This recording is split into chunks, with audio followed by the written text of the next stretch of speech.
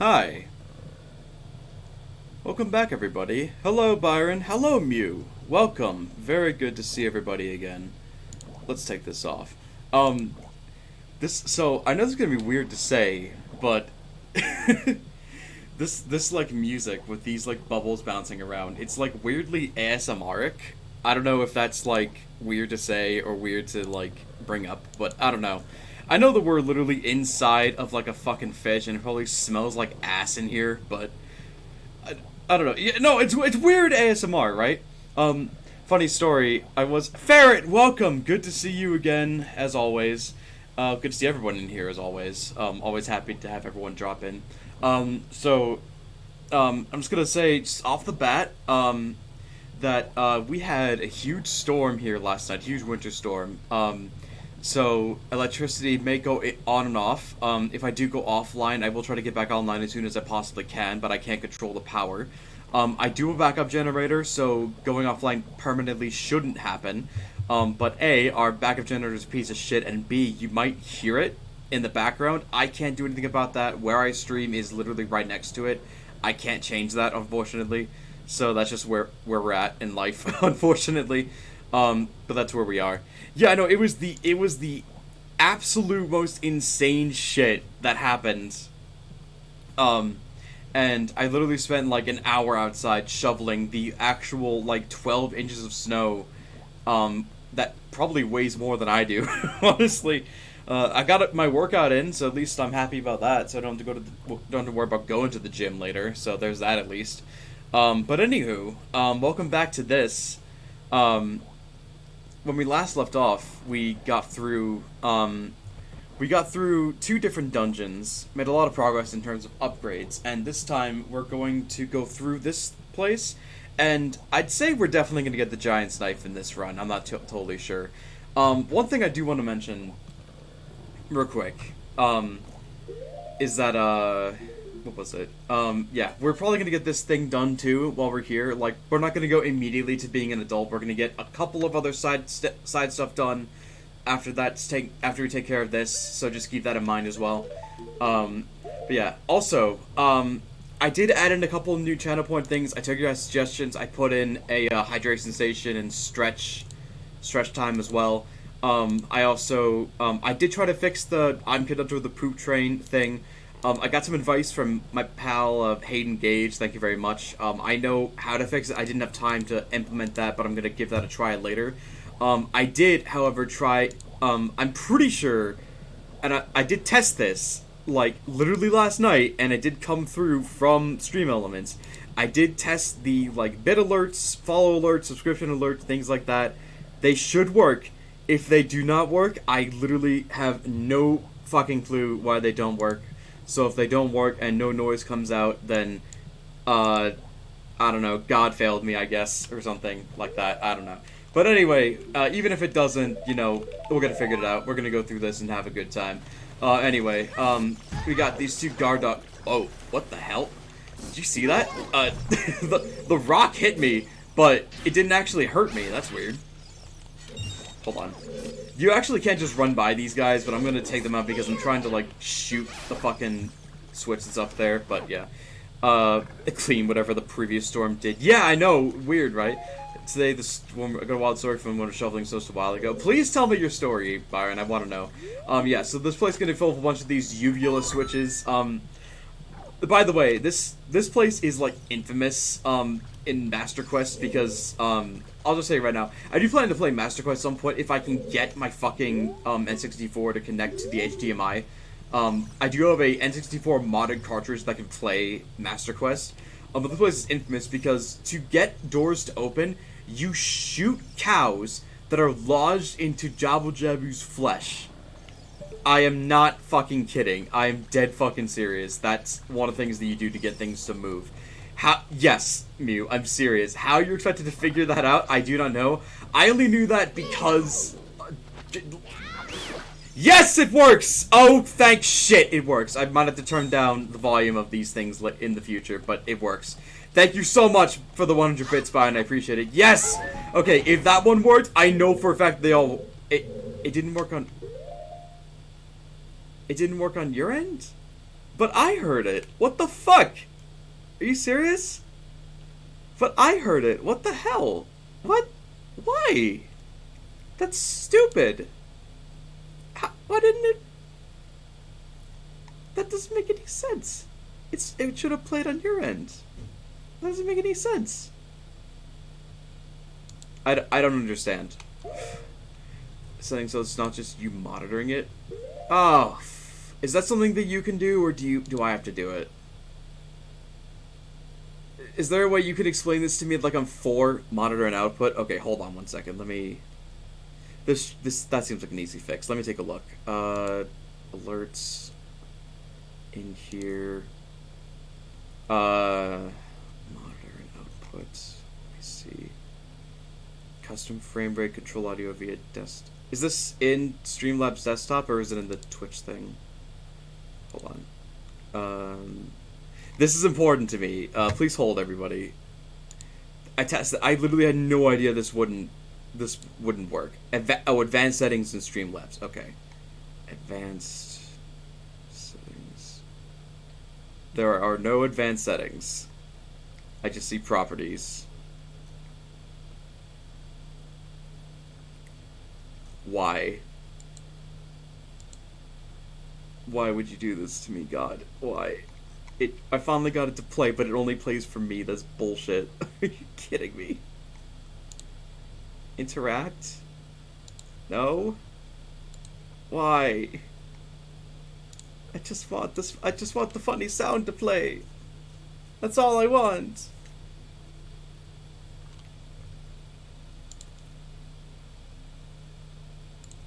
Come on.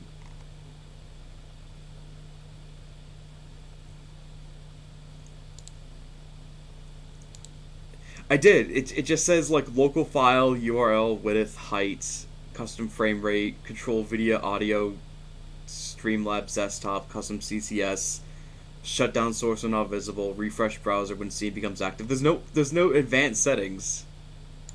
Ugh. Oh, the mixer. Oh. Oh.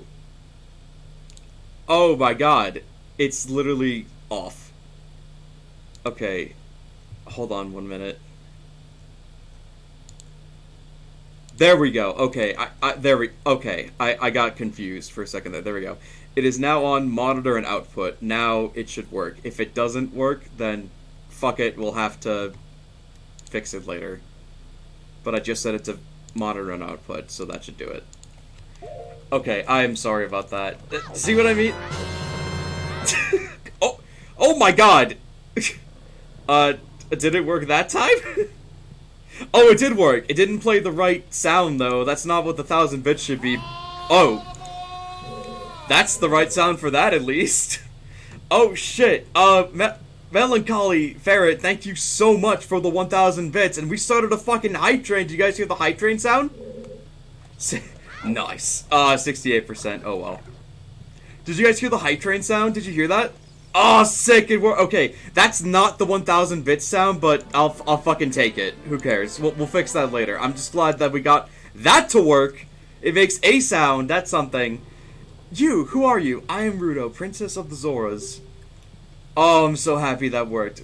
Ferret, thank you so much for being the like extra Super Saiyan, like, and I mean this in the best of intentions. I'm just joking. Guinea pig. What do you say? My father asked you to come here to save me? I'd never asked such. Oh, your bid message. I forgot to read that actually. Hold on. We saw a double rainbow. It wasn't stacked. It was crisscrossed. You saw a double rainbow in the. Did you get a picture? You should get a picture. I never said anyone would do such a thing. Letter in a bottle? I have no idea what you're talking about. My father is worried about me? I don't care. Anyway, I can't go home right now, and you get out of here. Understand? See how it turned out? Gotcha. Anyway, this brings up a trope that I hate. I hate tsunderes. Well, I should let me rephrase. I hate most tsunderes. I hate the trope selectively. I'm okay. I've been going inside Lil Jabba Joey's belly since I was little, but someone had a very weird fetish when they made this game. Don't tell me that they didn't. They did.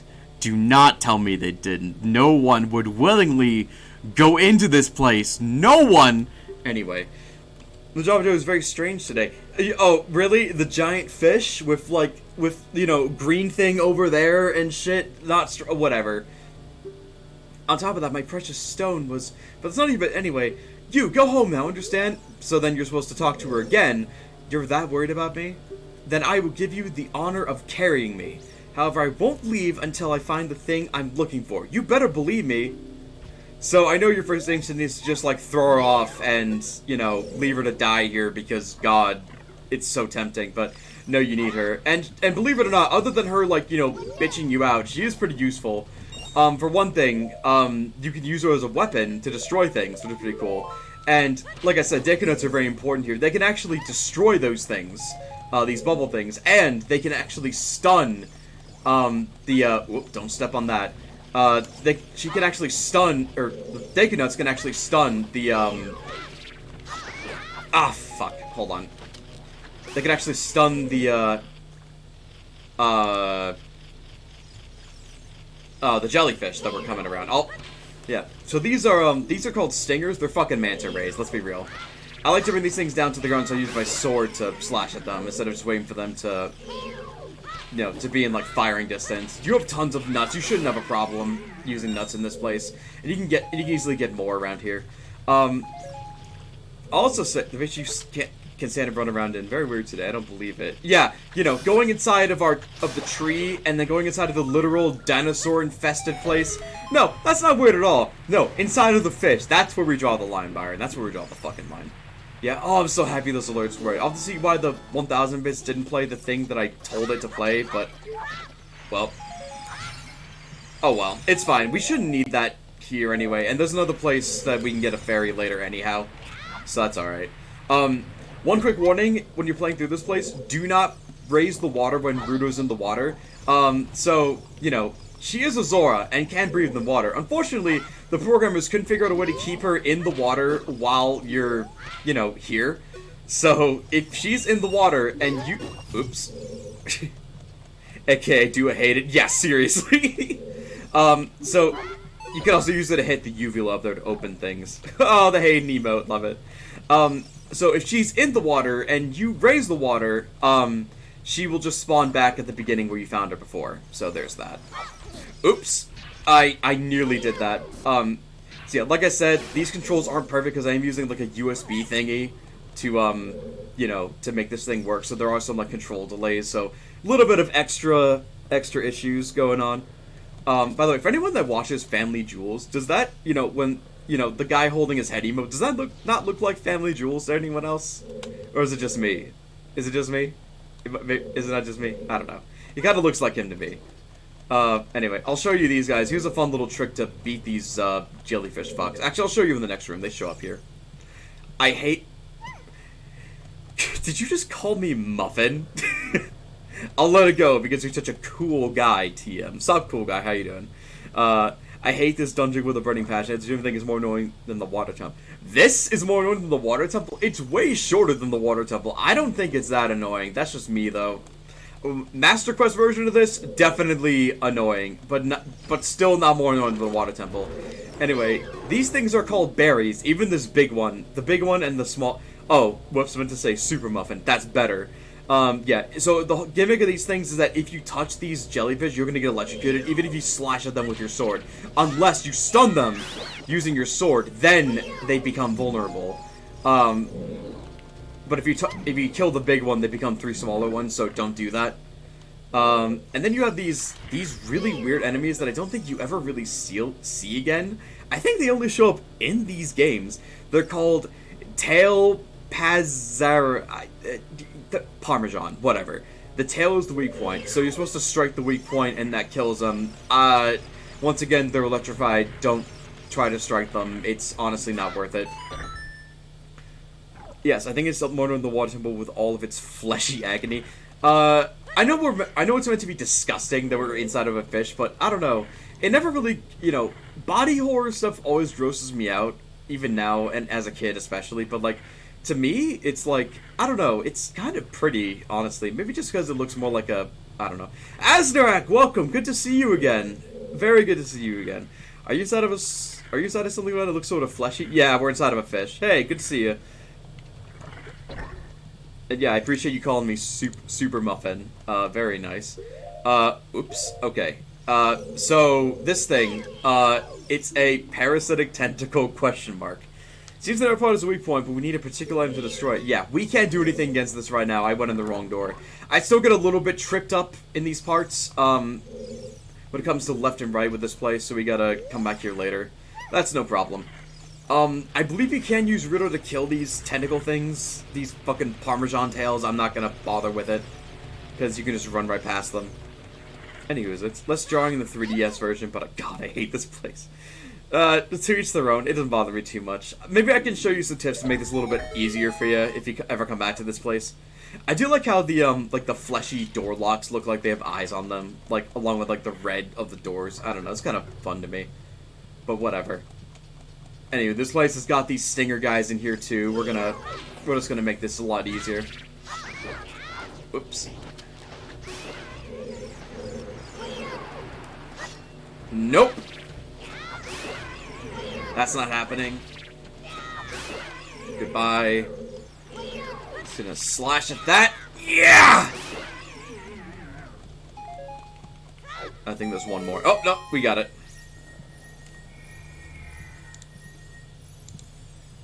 Man, we got a full house today. Welcome, everybody. Thank you all for coming in. I know it's, like, for anyone that's in the snowy parts of the world, I know it's pretty, like, it's pretty crazy for everybody, so I really appreciate everyone coming in and, coming in just to watch me play a video game. I really appreciate it. Alright, that was easy. We got the boomerang. We got the dungeon item already. This is the first time in 3D Zelda history that we get the boomerang, and it's going to be extremely helpful for this place. Don't think of this as a replacement for the slingshot or anything, though. This thing has its advantages and downsides. I mean, for one thing, yes, you do need it to, oops. Did I leave her in there? I think I did. I sure did, and now she's back outside, and I need to go get her. Fuck. Fuck. Fuck. Okay. Let me go get her. Oh yeah, Byron, one more thing. Whenever we get time, I was trying to figure out the whole, like, you know, you put in an exclamation mark and then make a command happen. I was trying to do that for, like, the whole, you know, describing what the Giant's Knife run is. I couldn't figure out how to do that. I think you actually can make that happen as a moderator. If you can do that, I would appreciate it. But otherwise, if you could show me how to do that again, I'd appreciate it. I was trying to look up the tutorial for how to make that happen, and I couldn't find it. Even Google couldn't help me. I was trying to be like, how to do command chat thing, and it was like, oh, you do this, and it's like, that's not what I asked for at all, actually. So, yeah, chat commands, gotcha. I appreciate it, yeah. Just, yeah, I appreciate it. I can always fix it up later or change it later, but if you can put that in just for, like, for now, just as a temporary thing, I appreciate it. Yeah, so this is the thing that you need to use to kill the tentacle monsters. Because you use a wooden weapon, and as we learn, through various sources, whether it's, in school or, in Code Lyoko, which is actually where I learned this, wood does not conduct electricity, or more specifically, wood has such a low, I think it's called conduction point. Drinking up water here. Wood has such a low conduction point that it doesn't conduct electricity enough to hurt you. Similar to rubber, I think. I think rubber has, like, the lowest conduction point, or whatever it's called. Yeah, whatever. Come on. Oh no, this is gonna be bad. Here comes the pain train! Oh my god! Well, that works. Thank you, Ferret Someone, for the 5 gift subs. To Monday VA, Aluzor, Minogazo, I can't read that. I'm just gonna call you Ghost. And Brad Deb, thank you so much. Byron, if you can translate what that, is that katakana? If you can translate what that says, I appreciate it, but I'm just gonna say that's Ghost. Thank you so much for the gift subs. I really appreciate that. Gotta see if all the alerts work somehow. Thank you so much. I have a really fun one for, ow. I have a really fun, oh my god, it's a heart parazzi there. I have a really fun one for if we get raided. We'll see if that happens. But yeah, I'm really glad that one worked. That's one of my favorite ones. That one is from the Borderlands Telltale games. That's from when Brick comes like charging at Fiona and Sasha. That's one that I definitely want to play on stream at some point. Something person is kanji, but I can't read those much. Yeah, I can't read Japanese at all. So, well, I'm assuming it's Japanese. I have no idea if that's Japanese or not. Oh, it's Chinese? Oh, see what I mean? I have no idea. Like, I'm not very like when it comes to those kinds of like when symbols that look like that, I have no idea, like what language it derives from, because I know kanji. I think both China and Japan. Yeah, exactly. Like kanji are borrowed both from China and like they both use it, so I don't know which is which. Like, so like that's what I mean. I appreciate you telling me that though, because I don't know a lot about that kind of stuff, so I appreciate the education. Did China make it first? That's something I actually don't know. Did China do it first, or was it Japan? Legitimately curious. Please tell me if you know. Who make language first? Tell Jory. What was I saying before? Oh yeah, the fucking China predates Japan, if I recall correctly. Okay, cool. Oh yeah, and boomerangs are what you use to kill these things. I'm not going to bother because untarget, please. Thank you. Man, they do quite a bit of damage. Oh fuck! Ow! Ow! Oh shit. Okay. We don't have a fairy. I might actually want to drink up here. Yeah, see what I mean? That's the disadvantage of using the boomerang. It's that, oh, never mind, we got hearts. That's the disadvantage of using the boomerang, because, when you throw it, it takes a long-ass time to come back, and you can't throw it until it does. Funny enough, fun fact about this, the flesh floor makes you move forward. I'm sorry, am I boring you? Jesus, fucking fish lady. Yeah, you are no Mifa, let me tell you something. Mifa is 100 times what you'll ever be. Yeah, the flesh floor actually push you forward, so you actually run a little bit faster on this, and vice versa when you run the other way. Yeah, going back to what I was saying before with the whole, like, when it comes to anime tropes, I'm not a huge fan of a lot of, tsuneres, because, like, they just take that fucking trope of, like, just, you know, beating the shit out of the main character, just, like, abusing people, and just, like, it's annoying. Oh! Ow. Okay, it hit me, but it didn't hurt me. Weird, but whatever, I'll take it. Come down. Oh, shit! But yeah, like, I don't like that character trope that much, because it just, like, it's like, oh, girl can beat up boy, and, like, oh, it's funny, haha, and it's like, it just gets overdone so much. Like, it's like every time Sakura punches out Naruto, or Naruto Shippuden, it's like, this joke's old. Like, I'm so fucking over it.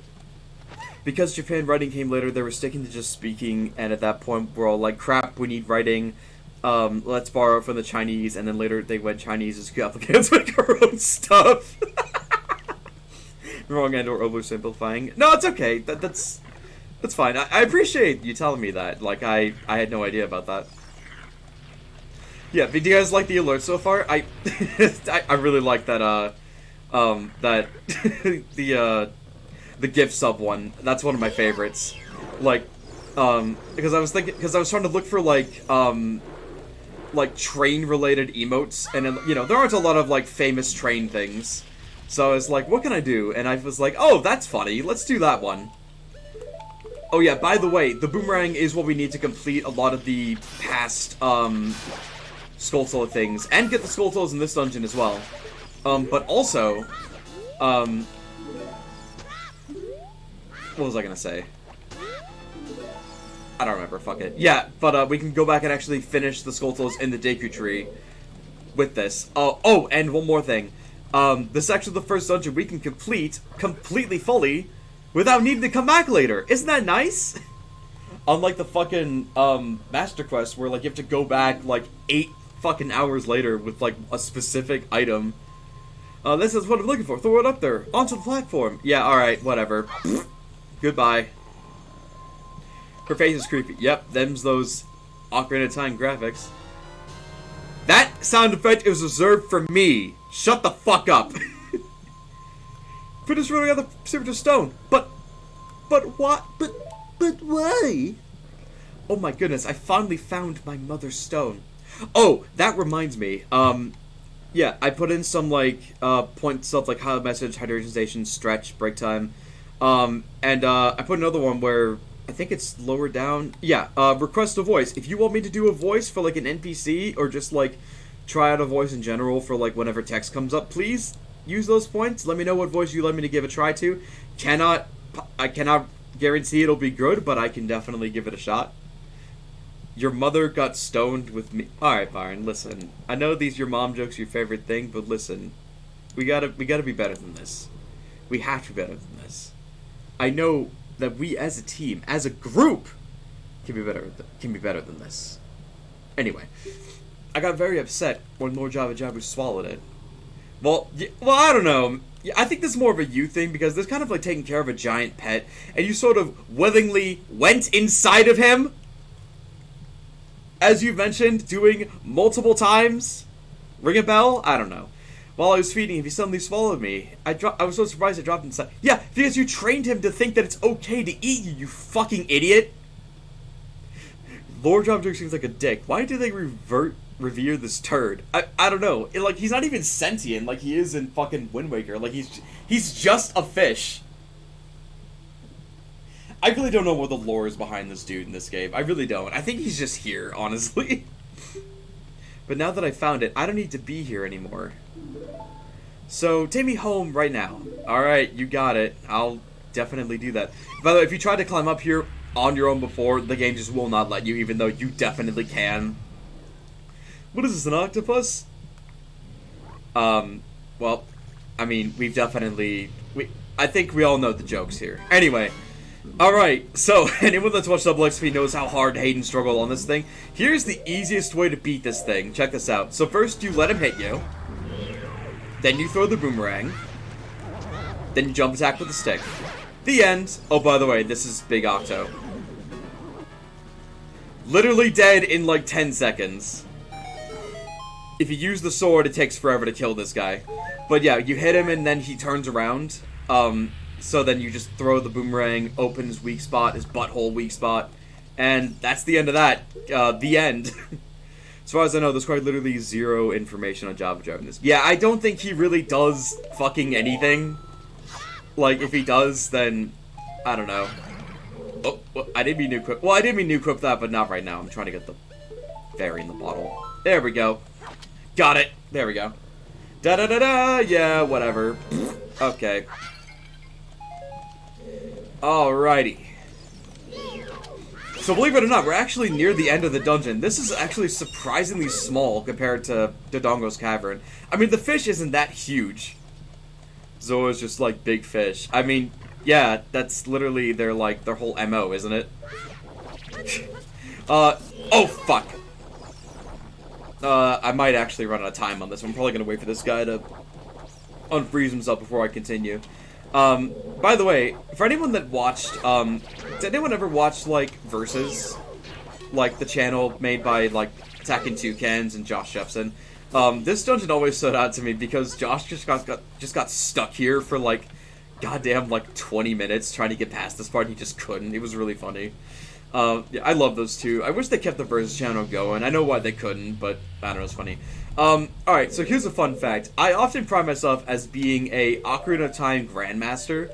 The funny thing about that is that I was stuck on this one puzzle for, and I shit you not, 2 years. Like, over 2 years. I'm not even kidding.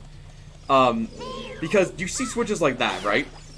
This was one of those switches where, like, you have to find Ruto to, like, hold it down. The problem is that Ruto is gone. She is straight up just, like, in the inner depths of this fish. You can look all over. She is not around. So I looked everywhere. I couldn't find her. I had no idea what to do. I tried putting bombs on that thing. I tried, like, weighing myself down. I tried doing everything. I couldn't figure out what to do to get the switch to, like, stay down. Until I watched an episode of the Magic School Bus in school. Bear with me. There was an episode where... Grab the box, you fucker. There was an episode where they were, like... They got shrunk, and they were, like, putting down, like, a bunch of, like, blocks and shit to, like, weigh things down, in a bathroom or whatever.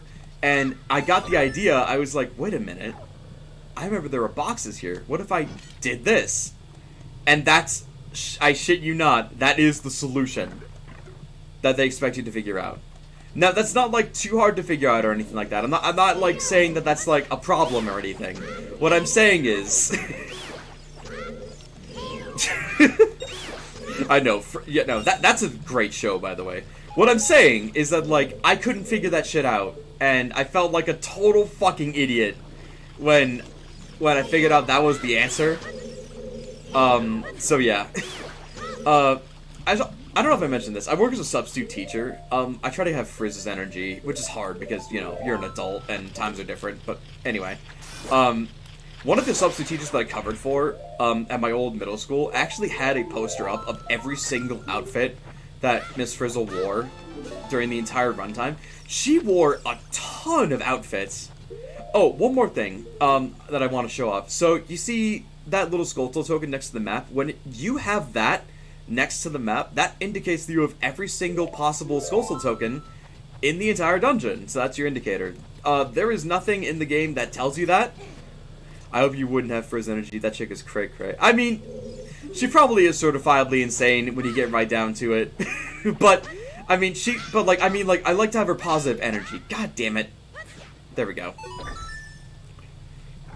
I mean, I used to dream puzzle solutions. They 99% worked when I tried them IRL. I used to have Zelda dreams. I used to have this one that I remember as a kid where, I was in, like, Wind Waker's setting, and, like, there was this door that, like, was eating people. Like, it was a door that opened, and it made a vortex. It ate people and spat them out as, like, babies. And that was pretty much it. Thanks for coming to my TED Talk. I really appreciate it. Anyway, here's the boss. You guys ready for this? There actually was a couple rooms we didn't go into in this place. I'm not gonna do that because those rooms are not necessary for anything. So, here we go. Yeah, this is the boss. We're done. I told you this place was really short. But take my word for it. This dude is not easy, especially on 3-hard runs. I've actually died on this guy before with a fairy. So we're gonna have to be careful. I know a few tricks to make this guy a little easier, but he's not easy. And this dude has the intimidation factor fucking down. Bioelectric Anemone Baronade. Alright, starting off, we gotta cut off this guy's tendrils. And as with everything else in this game, he fights with electricity. You get hit with this, he's gonna hurt you pretty bad and keep you stunned. Ow. Come on. Okay, he's cut loose, he's gonna start going around doing this. You're gonna want to do this, and then he's gonna let all of his guys out. Din's Fire is a good way to kill all these guys. And then we're gonna use the stick to deal as much damage as humanly possible. You can also use the boomerang to stun him as well. And hitting these guys makes the things here, but he has a second set already. And at this point, we can't really do anything but try to get the boomerang through to his midsection, but it's blocked by the jellyfish, so getting through it there is pretty low odds. This is a really intense fight. I always love fighting this guy. Like, the music mixed with, like, the sound effects, and him, like, dripping, like, green blood is, like, he's just insane. Alright, here we go. When he's sunk down like this, you can't do anything, so at this point, the best bet is to use Din's Fire to kill all these guys. You can use your nuts, too, if you want. I like using Din's Fire because it's cooler, and you really don't have a lot of other places to use it either. Alright, from here on out, it's just using the stick, and when he's in the ground like this, you can really do nothing else but dodge. There are hearts in these pots here, if you need them, but there aren't too many pots. Yeah, like, the lightning cracking while he's, like, spinning around is, like, so badass. I love the sound design for this fight. It's so cool. But, like, it's intense, too. He hurts pretty hard. Ah! Oh, yeah, see what I mean? Half a heart with one shot.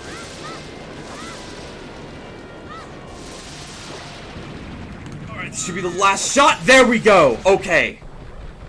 Pretty intense fight. I mean, like, we didn't die, thankfully, because I had practiced fighting with him before, but the first time I went through this dude, he killed the shit out of me, because I really underestimated how hard he would be. Okay, don't touch it, don't touch it, don't touch it, don't touch it. Okay, good. Good. I'm gonna break some pots in here to get some health, because I do not want to touch that thing. Yeah, the boss is really fun. Boss is really fun. Gotta give it that. Main one I remembered was that I was stuck in Pokemon Snap in a cave in the room with the door, and then I joined my solution. Next morning I tried it and worked. That, I don't blame you for that. Snap is not exactly very telling with the solutions. I found most of those, like, different exits by accident, and to this day I never figured out, like, all of the, like, hidden, like, oh, there's a Kingler in this place that's shaped like rocks, or the only one of those that I found was, like, the Doug Trio and the Mewtwo in the cave, and that's it. You're late. What took you so long? You're useless. I was just lonely, that's all. Just a little Baka.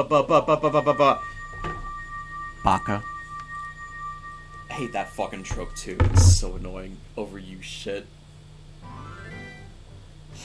But whatever. Anyway, we did it! Yay! We won! We fucked up a fish.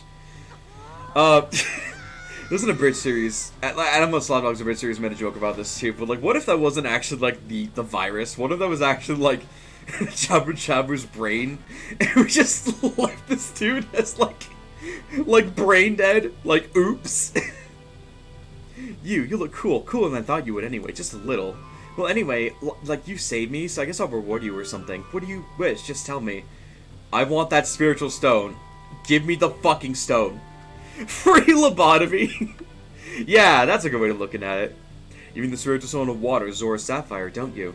My mother gave it to me, and said I should give it only to the man who will be my husband. You might not call it the Zora's engagement ring. Kill the fish. Which one? Both? Yes? Alright, let's do it.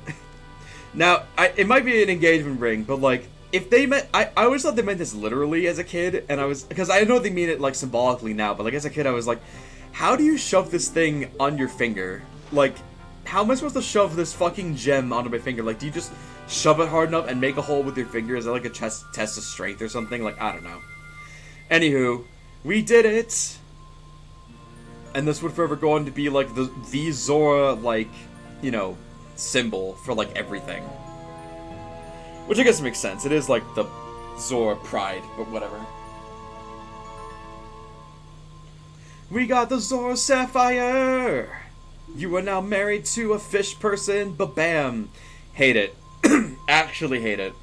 You got the Zora Sapphire. This is a spiritual stone in the water passed down by the Zoras. Her most precious possession? You gotta know what that means, even though that's pretty easy even for a kid to understand. But what that matters is that you got all 3 sacred stones. Spiritual stones, whatever. Go see Princess Zelda. Don't tell my father. I'm actually amazed that her dad never ever finds out that, like, the precious treasure of the Zoras is just, like, fucking gone. Okay, before we leave, there is one thing I do want to get real quick, and that is, I want to get my hands on the Skulltula. There is a Skulltula that's here I want to get. That we needed the, fucking, boomerang to get our hands on. Gives me meaning to the Suzaku meme. I will not pleasure myself with this fish. No! Ew! Byron, they're like 10. At least wait till we pull the Master Sword to make that joke. Ew! Jesus Christ. They're like 11. Hold on. There we go.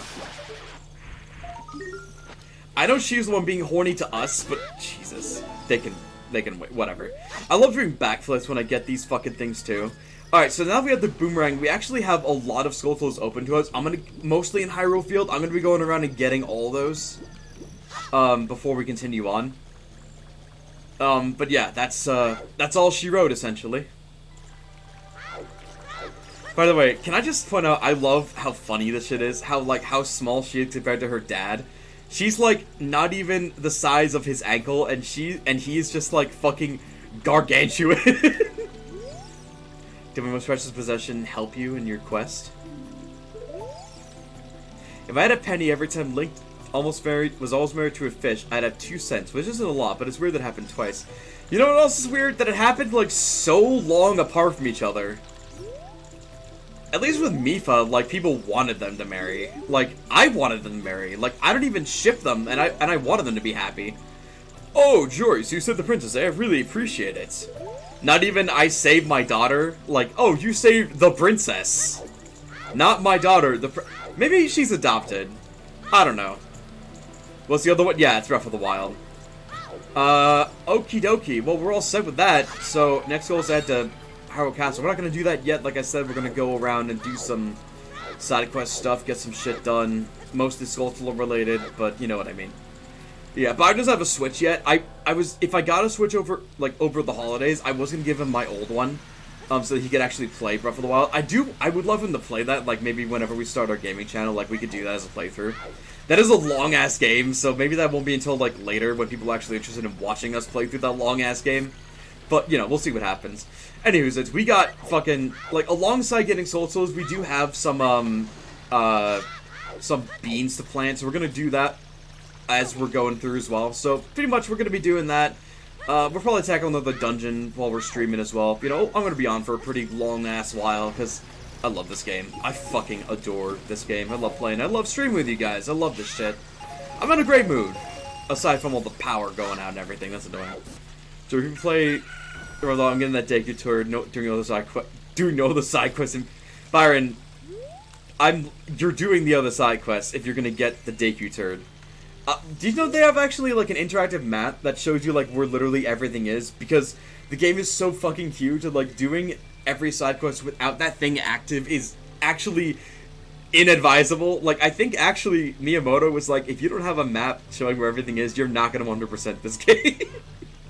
Like, he did, like, an interview with someone, he was like, you're not gonna 100% this game.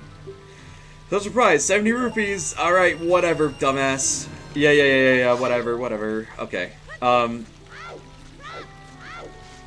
Did I get this Skulltula? Let me hit this and just make sure that I did. I did. Okay. Excusez-moi. Time to farm money? Yes, indeed. I got a pretty easy way to go and farm money. Oh yeah, the interactive maps. I use those for Breath of the Wild, and when Tears of the Kingdom finally finished their interactive map, I started using it for that one, and they were both extraordinarily helpful. Okay, so our first stop is going to be going over to Kokiri Forest. We're going to head over there. Because that's where a couple of stuff is, as a matter of fact. I believe one of the upgrades we can get with the, with the bunny hood. It might be with the mask we get after we turn in the bunny hood. I'm not 100% sure. I'm gonna go and see if that's the case. We'll find out. Okay. But yeah, so we're gonna finish the Skulltulas that are in the Great Deku Tree, or what's left of them anyway. Too soon? I don't know. Anywho. I should probably save, just in case. Thankfully, even if the power goes out, the Switch remains on because it has its own battery life. Time to go see Dad. Yeah, I know, right? But yeah, ta-da! Okay. Did we plant a bean here? We did not. That's right. I don't think we planted beans anywhere other than, like, that first one. So we'll plant this here. This one's not as important. Curious if they're going to stick with the massive open world nature in the next Zelda entry. I think they said that they're moving away from specifically that in the next Zelda entry. Might as well give them some more sticks while we're here. Might as well. They spawn. They're... Whoa, I didn't actually mean to do that spin attack, but hey, you know, whatever works. I'd be totally fine with them keeping open-ended elements. I wouldn't mind if they kept things a little bit, you know, less condensed in the next game. You know, to make things a little bit easier to, like, navigate. I wouldn't mind that. But if they did it again, I don't mind. I love Breath of the Wild, and I love, like, that whole thing they had going on. Oops, I meant to try to get Deku Nuts there, but that's okay. Try to get some Deku Nuts while I'm here as well. Ow. Whatever. Fucking whatever. Yeah! Oh, hey! Oh! Oh, shit. Whoops. Okay. Oh, shit. That's actually where I do want to go. You know what I'd like for the next Zelda entry? Basic lore. Yes, I think we would all, like, think them to explain themselves on literally fucking everything. Even if you just make the central area that's open world is cool. I would like that, yes. I would like an open world central area that then branches out to everything else. A1 Jordan J is now live. Stream Elements, good job. You're only 50 minutes late. That's a new record. Don't really want to deal with these guys. Fuck off. Listen, when I say fuck off, you say how high. Thank you. So, the last skull is actually in this spot over here. So, you could enter it here, but then you see, oh, there's a rock wall here. Can't get in there. Alright. There we go. Like, you know, come back here when you get bombs, right? Not quite. Drop the bomb, Link, thank you. Open that, opens up this door. And then, you know, there's a guard dog in here, whatever, big deal. When I say... I never thought of it that way, Byron, that's funny, I like that. When I say fuck off, you say how far? Oh, that's a good one. If anyone's in my Discord, could you just, like, put that as a quote so I don't forget it? I like that. Curious how that series could function with half a linear, half open world style with, like, the new God of War games and others. That'd be interesting. I'd like to see them do that. I know that, I think, like, modern Zelda takes some lessons from, like, God of War. But whatever. I would like to see it. Anyway, we're all set with that. Yeah, you need the boomerang to get that thing. Literally impossible to get without it. Alright, we're good. We're good. Thank you. Good night. We full on taking notes? Yeah, we're good. Alright, we're set on that. We can go. Just gonna head out through here, head out the way that we came, and we're all set.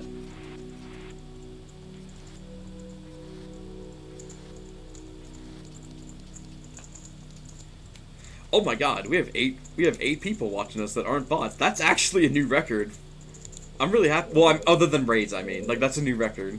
I really thank anyone that's here watching me right now, just listening in or lurking. I really, genuinely appreciate you all coming in to watch me. I very much appreciate it. Like, it means the world to me that you all think that I'm somewhat funny. Or just enjoy me as a person. Like, either way, whatever you're here for, I mad appreciate it. It's... Yo, what up? I'm sorry.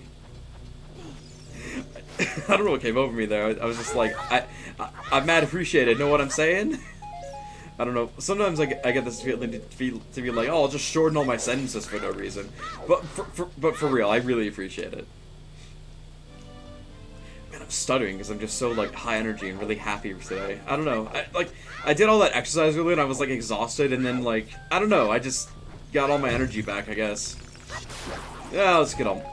I'll max out on sticks. Why not? You can never have too many sticks, especially in any 3 hard run. You can never not have too much damage coming in. You know what I mean?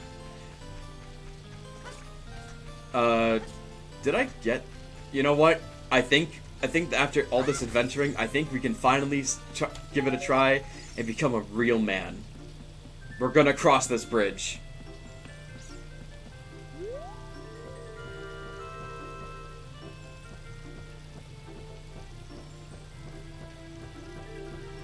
Yeah, like I said, this controller's really old, and this USB thing isn't exactly the best, like, thing to use.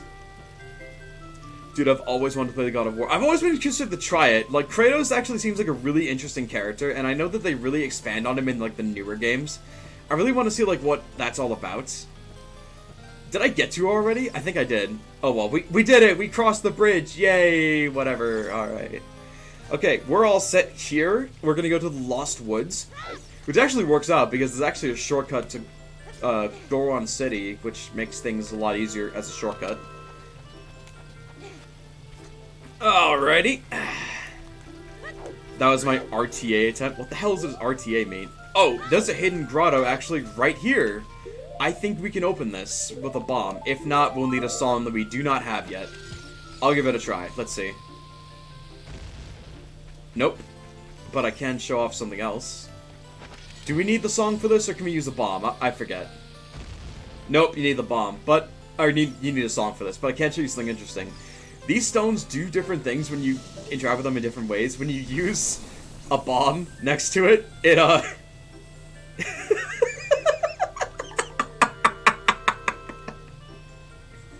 it fucking takes off! It does a countdown and takes off. It's I don't know. It's funny to me. Are we all saluting? Here, hold on, I'll do it. I fucked up. I had one job. I had one job!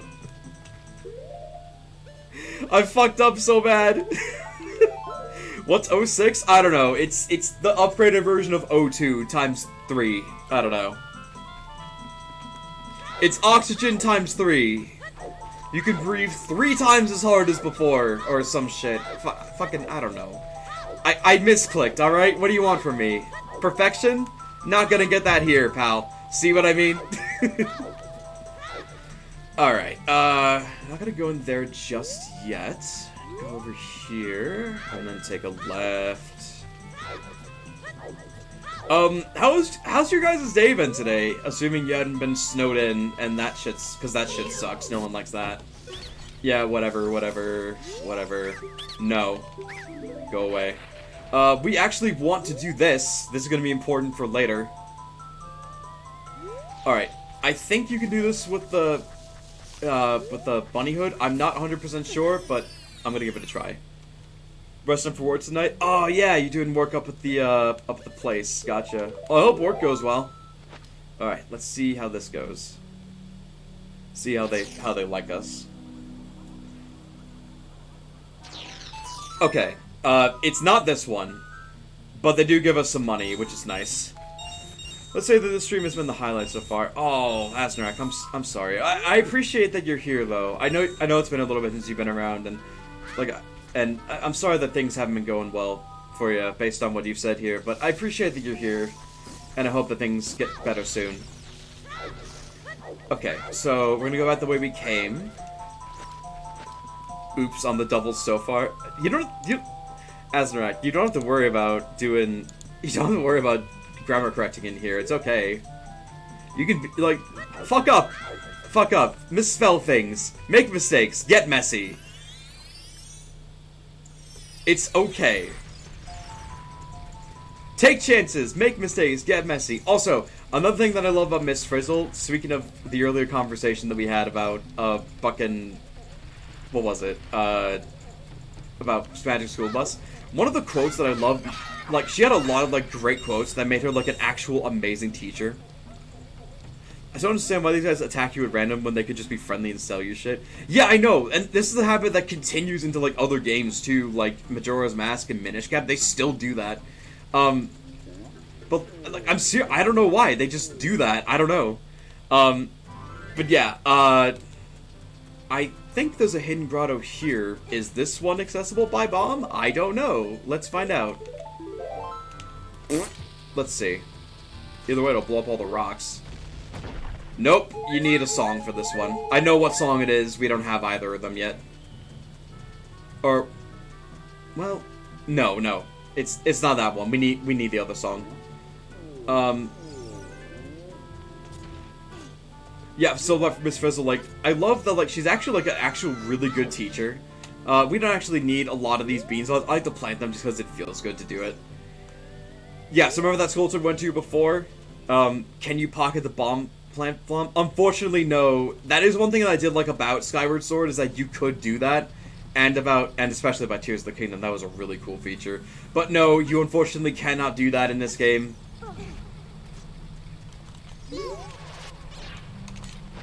Yeah, I just blocked a laser with wood. Take that, atheists. That was one of the... I mean, there were a lot of good things. I'll say this. I do hate Skyward Sword, but I'm not going to say that it's like the worst game on the planet. It's not Sonic 06. It's not Atari for E.T. It's a decent game, but it's the shittiest Zelda game. Or maybe I should say this. It's the shittiest 3D Zelda game. No doubt in my mind about that. And I think we can all agree on that. Well, I mean, like, you know, objectively it has a lot more flaws than any other 3D Zelda game has. That's just me, though. Oops, that's not the right way. Other way. We want to... Oh, wait, no. That is the right way. What am I doing? Fuck. So, like, off-kilter? Tilted? I don't know what the word is. Whatever. Fuck it. Oh, I don't want to lose my shield in here. That's right. They're fire enemies. We don't want that. Zelda 2 will always prevent any Zelda 2 from being considered the worst. Alright, no, like I said, in terms of 3D entries, Skyward Sword is shit. in terms of, like, every Zelda game ever made, Zelda 2, without a doubt, takes that cake. And, like, I'm not saying that just because it's hard. It is, like, a hard NES game, and that makes it pretty shit. But it's also just because, like, there's a lot of gameplay elements that are just, like, fucking terrible about it. That I cannot stand. Yeah, I'm getting off track. Fucking Miss Frizzle. That's not the topic. I mean, whatever. I'll tell you what's bad about it in a second. Sorry, there's a lot that's bad about it, but pretty much, like, Miss Frizzle had a lot of, like, actually great advice that made her, like, a legitimately good teacher. One of my favorite quotes from her, aside from, you know, take chances, make mistakes, get messy, which is true about life. I need water. Hold on. Oh, oh my god. The other thing that I love about her, one of her quotes is, like, if something doesn't work out, or, like, if you try something and, you know, what was it? Oh, I remember what it was. If at first you don't succeed, find out why. It's such a much better play on the words than if first you don't succeed, try again. Because realistically, if you try again on something that didn't work, more than likely, it's not gonna work again. You're just gonna keep fucking up. You know, I mean, there is that thing where it's like, you know, if you keep trying over and over, you'll eventually find a solution. But, like, I prefer that motto where it's like, you know, you should find out why you fucked up, and then try again. Because then, you know, you might fuck up again, but at least you'll fuck up better than you did before. You know what I mean? I like that quote a lot more. Miss Frizzle's a fucking icon, and she deserves every ounce of respect. The new series is ass. I watched some of it, I tried to watch some of it, I was like, oh, you know, a Magic Schools for the new generation? Perfect! It sucks. Just watch the old one. It's still good to this day, and it still teaches better morals than fucking anything the new series can offer. And that's the truth. Anywho's it's. What's bad about Zelda 2? I think Farrah could tell you most of it, but I can tell you anything that I don't. But pretty much, some of the biggest things are that, like, it's really, really hard. I mean, like, it's NES hard. It's bullshit hard. Like, Castlevania hard, Mega Man 2 hard, Ninja Gaiden hard. It's that kind of hard. It's, like, it's got a lot of elements from shit, like, from those, like, old-ass Konami games that makes them just, like, really hard, not fun to play, annoying. It's just not fun. Like, in that sense. But, you know, maybe you like that kind of thing. Maybe you like a challenge. You know, it's subjective. Maybe you're a fan of that kind of thing. That's fine. Whatever. There's legitimate things about the game that's flawed, that, like, sucks. First of all, just like the first game, it's cryptic. There are some parts where, like, you have to talk to just completely random-ass NPCs, where, by the way, most of the NPCs in that game say stupid fucking shit like, hello, say hello, how are you? Or, I know nothing. I'm not even fucking kidding. There are some NPCs that literally go as far out of the way to tell you that they don't know anything. Which makes me wonder, why the fuck are you in the game if you don't know anything? Tell me that much. Sorry. I tried to play a little bit. I stopped after a little bit because I was like, this is not for me. If I continue, I'm just going to get mad, and then I'm not going to have fun. The curses were broken. Thank you. Here is a reward for you. And from here we get the Giant's Wallet. What a huge wallet. You carry up to 500 rupees. This is the max amount of rupees that you can carry. So yeah, honest to God, if you're doing a 3-hard run, this is where you can stop collecting soul flows. You don't need to carry anymore. The rewards after this are not worth it, / you don't want them. Because after this is, bomb shoes, and then a heart piece, and then this last reward, which we'll cover later. I want to keep it a surprise for anyone that doesn't know. No, there's more. But yeah, the last one is what you get when you get all 100. I'll say right now, not worth it, but I do it because I just have all the skull flow pieces in my brain. So, I just like to do it because I like to do it. But yeah, you're done at this point. You don't have to collect anymore if you don't want to. But yeah, that's the end of that. Anyways, it's, what was I gonna say? Oh yeah, yeah, with Zelda 2, like, there's one part in the game where, like, you have to go down, I'm not shitting you, by the way, this is real.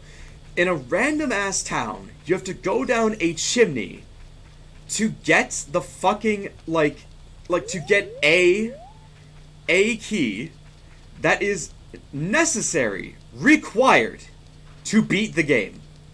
I fucking kid you not. I'm dead serious. Yeah, so this goes from before. You can kill it now. Get yourself a fucking thingy. There you go. You're done. There you go. No problem. No, like, I don't mind a challenge, but I like a challenge that scales up over time and is not just, like, bullshit hard from beginning to end. I never checked what this... I forgot what this says. What's this say? R.I.P. Impasta. Here lie the souls of those who swore fealty to the royal family of... Fealty? Fealty's nuts. I'm sorry. I actually don't know what that... What is that? Hold on. I need to Google that real quick. What's that word mean? Fealty. Okay. A feudal tenant or vassal sworn's loyalty to a lord. Intense loyalty. Okay. So it's specifically royal... Oh, oops, I missed that part. It's specifically royal loyalty. The Sheikah, guardians of the royal family and the founders of Kakariko, watch over these spirits in their eternal slumber. Well, that's funny that that mentions that, because from what we're told in other games, especially Breath of the Wild, the royal family is massive dickholes to the Sheikahs, believe it or not. They're actually really, really bad to them. Like, they were like, you're out of here, fuck you. You're like, exiled, goodbye. I'm pretty sure it was like it's kind of similar to like what happened with the, alright, see you when you get back, Bard. I'll tell you more about what happened and what's going on with, fucking, Zelda 2 later. It's kind of similar to like what, I think it was a similar case to what happened with the Uchiha, where like they were too worried about them getting too powerful. So they were just like, you need to leave. And they even like straight up killed some of them in some cases. I think. I don't know that for sure. It's like what's implied. I don't know. And like to be fair, like the ancient Sheikahs did build like all the Guardian tech. At least that's what's theorized, you know. The game theory. Man, I heard about that whole thing with. Oh yeah, I forgot. Oh yeah, that's one thing I forgot to mention. If you wear the bunny hood. Hold on. You gotta kill these guys first. If you wear the bunny hood while you're out in the field, those stall guys, they won't spawn anymore. They're just gone. Like poof, they just won't show up anymore. So go to keep those guys off your back if you don't want to deal with them. Anyway, this skull's still in here. We're gonna deal with that. I do like that bombs can just like explode on contact with guys. Oh, speaking of Tears of the Kingdom, Breath of the Wild. Alright. That's not the slingshot, that's the fucking ocarina, you dildo! Thank you. Alrighty.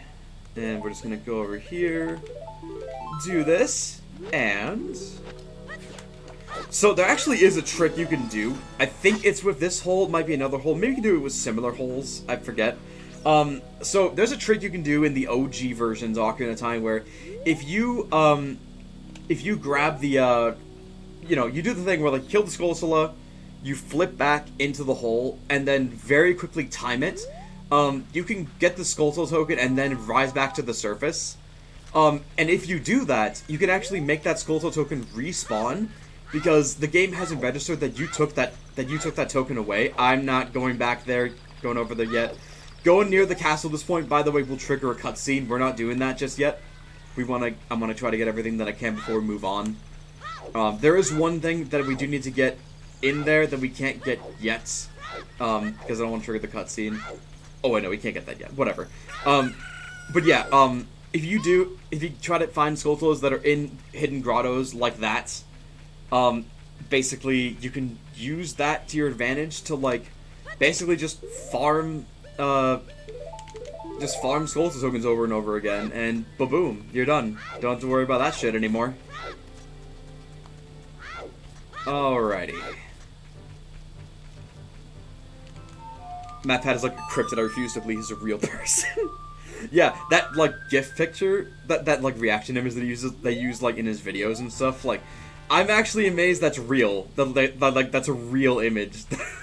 It's so strange that that's real. But, hey, it's real. It is real. It's 100% real. Alright. So, there's 2 Skulltulas in here. We're gonna take these out. I believe these will be the last ones, actually. Ta-da! Yeah, I'm gonna miss him. It really did. Like, a lot of... I know it had, like... I felt this, too, when he did that, like, goodbye video. I know he's not gone yet, but like he's gonna be gone pretty soonish. Fuck off. You know what? I guess I could show this since we're here. We're gonna kill some birds, actually. This isn't like a side quest required. I think it's just like a neat little like thingy. What? Oh. So I thought that was Navi just being like, oh no, that's her being annoying as usual. Spiritual stones, blah blah blah, whatever. Shut up. Yeah. So there's a fun little secret here. It's not required. It's not necessary for anything, honestly. It's just a fun little thing that you can do if you feel like it. But to get it to spawn, we need to kill birds. I know, weird, but bear with me. It is what's required.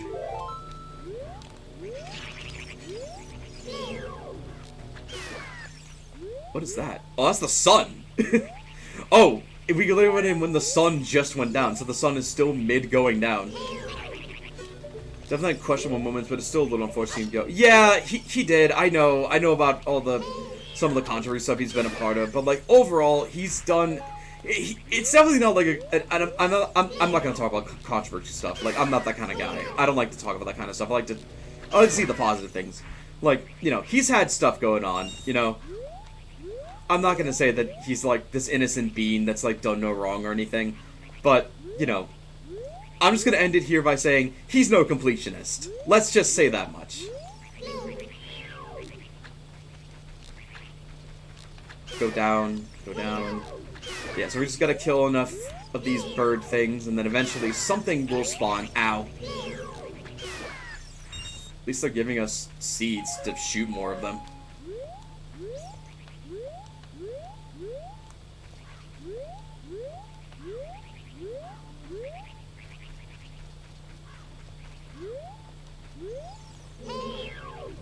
That's not it. Oh, what? I have my fucking shield out. Are you kidding me? Oh, there it is. Oh, shit. There he is. Alright, that's him. That's the big way. This spawns when you kill enough of the little ones. Goes on in one hit. Not that important. And he drops 20 rupees. So, that's just a fun little secret there. It's kind of similar to how, like, when you kill enough of the little children, little, like, bone children on the field, the big one shows up. Anyway. Let's just take care of this. Fuck off! Literally, get out of my face. Get out of my face. Fuck off. Okay. There we go. Ta-da! Okay, and I think... By the way, that feature that I told you about before, you can also use it on the map. I did not know this, and we're going to go into how this is how this is important to a funny moment in my childhood later. But yeah, that symbol will appear on the actual giant map as well, showing that you have all the skeletons for that area. So we're not done in Hyrule Field just yet, but we are done with everything in Lon Lon Ranch. So we can just leave now. And go and take a stop in the next area that we're going to be going to, which I think is going to be Lake Hylia again, actually. I probably should have stopped there first when we left Zora's Domain, but whatever. Who cares? Not like it's that big of, it's not like it's that much of a trek. People say that like Hyrule Field in this game is like too big, like it's massive, and it's like, is it really that big? I don't think so. Like, yeah, it's big, but like it's not that big. You don't go across it that much, like in the main story. Sure, if you're doing side quests, you go through it like a few more times than usual, but like, really? Like, it's like that big of a turnoff for you? Like, gameplay wise? Like, really? Like, that seems like a bit of a overreaction, if you ask me. Oh, by the by, the guy that we have to give the bunny hood to is actually out here. Like, he's in this field. He's just like running around. I know his general pathway. Sometimes he's a little bit of a pain in the ass to find. I will be doing that here. Just not right now. Because I need to spend more money on beans and I want to fill my wallet. I want to like spend as much as I can on beans and then fill my wallet later, so that way we can come in with like as much money as we can later. Just, just preparing. Oh, by the way, the owl would normally be here, like, if you come here a little early, and he'll be like, he'll say something along the lines of, like, this is like Hylia, by the way, wrong way, dumbass. Oops, I didn't mean to take off the bunny hood, whatever. Too big is not how to describe how we feel, actually. One you to feel for it actually feels quite small. Yeah, it is quite small. I actually think that Hyrule Field for, like, Twilight Princess is, like, the size I'd strive for. Oh, yeah. That's really funny, actually. Is, excuse me. Really funny story is that, I lost my train of thought. Man, I really am just, like, off my game. Byron posted the quote in the fucking Discord. Thanks, buddy. Oh, I planned my bean here already. That's good. Well, we're not here for that. We're here for a Skull Celeste, so that works out. Gonna make it nighttime. There's a Skull Celeste here, but I want to get my hands on. Okay. Yeah, so, like, when you come... So, like, we came here before, when we floated up here from Zora's Domain, but the fucking, the whole, like, title suave thing that happened before, that will not happen until you actually enter Lake Hylia from that entrance for the first time. I think it's a coding thing.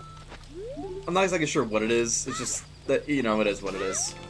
Anyway, we got that. We're all set with that, and now we can, we're gonna go back through to Zora's Domain, because it's a bit of a shortcut, and we can go back to the bean guy. So that's good. That'll be nice. Oh, it's my buddy Tail. That's actually, yeah, that's actually Tailwind from chat earlier. You guys might have seen him on stream before. Yeah, that's him right there playing Pokemon Violet. Wonder how he's doing. I wonder what his team is. I should ask him what his team is or what starter he picked. I never actually asked that. Curious now. For anyone that's played Scarlet or Violet, not me, because, well, you know my feelings on that already if you've been here long enough. What starter did you pick? Or what was your team? I don't know all the names of the Pokemon, so you might have to, like, physically describe them to me, but what did you pick? You're playing it right now? Oh, sick. Awesome. What did you pick for your starter? And what's your team? Started with the duck. Ah, you started with Donald. Gotcha. Awesome. Which then evolves into like a flamingo, I think? Or like a peacock flamingo? Something like that. I do like that design. I just wish they kept with the sailor duck motif. I don't know. Like, I like that design. I just wish they saved it for something else. I just don't think it's as cool. That's just me.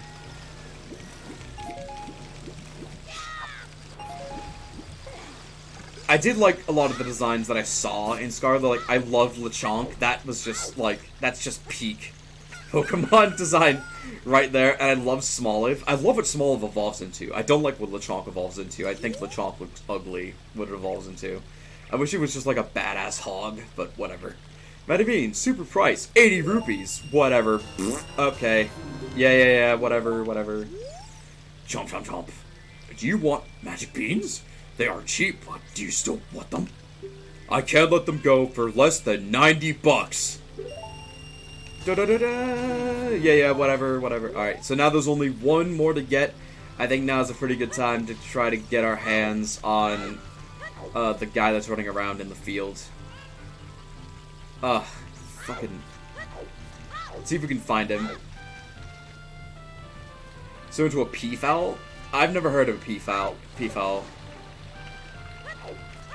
Alright, so his pathway is a little weird. He runs around, see that little left area, that left opening we haven't been to yet? I'm actually going over there. What? What's up? That's what a peacock is? Wait, that's like the official terminology for a peacock? I didn't know that. Well, don't I feel silly? Well then. See, that's why I like streaming, is because y'all can teach me things that, you know, I either never knew or did not learn in school because, you know, sometimes they don't teach you everything, and or they don't teach you everything that's relevant. So there's that. A peafowl, huh? Oh, there's a peahen for late. Really? Wow. Huh. I did not know that. Okay, so yeah, he's... Oh, there he is! I found him! Okay. Alright, so what we want to do is that, we want to make it nighttime, otherwise he literally will not stop for us.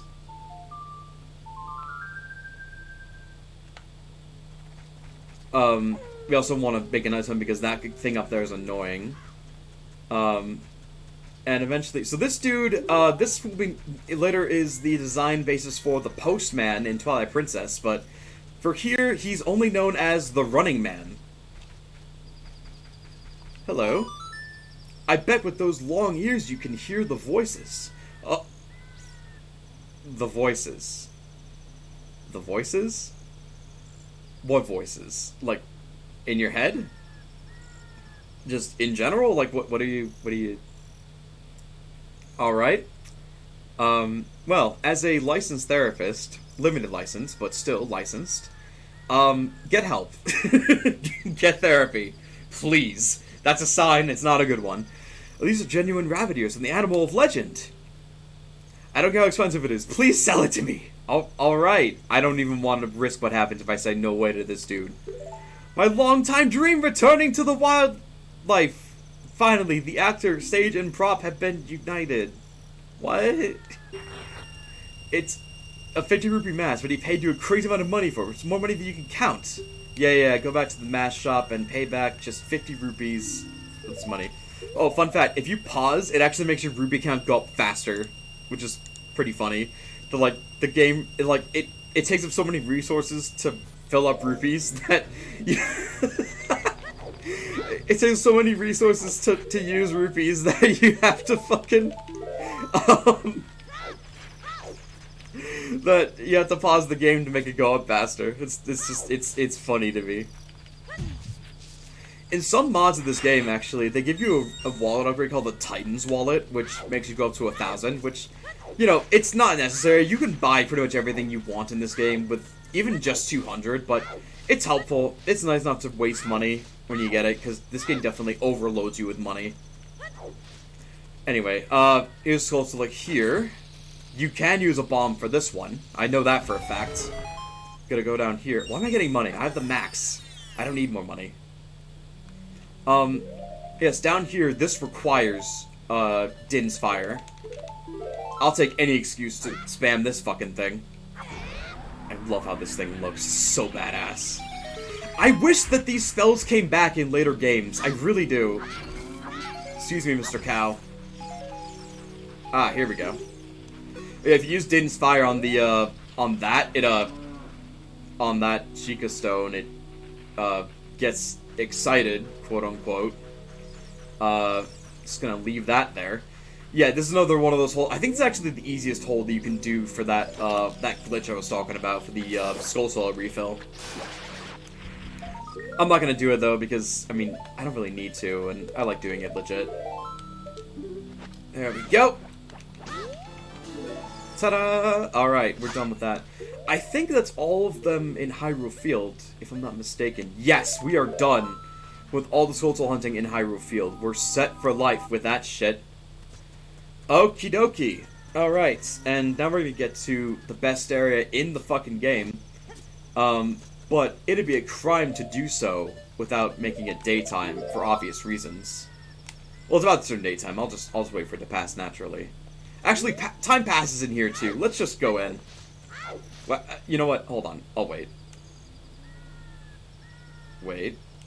To be fair, reminds me of a story. A kid who was hearing a voice in his head. I've many psychologists thinking he had mental illness. Couldn't find out the kid was talking about his inner thoughts. That's fair. That's fair. I was saying that like in jest to the running guy because they definitely did write him in the sense of like he's actually insane. But like if I was actually diagnosing a kid with that, I would not joke around about that. A moment of silence, please. For the best fucking music in the game.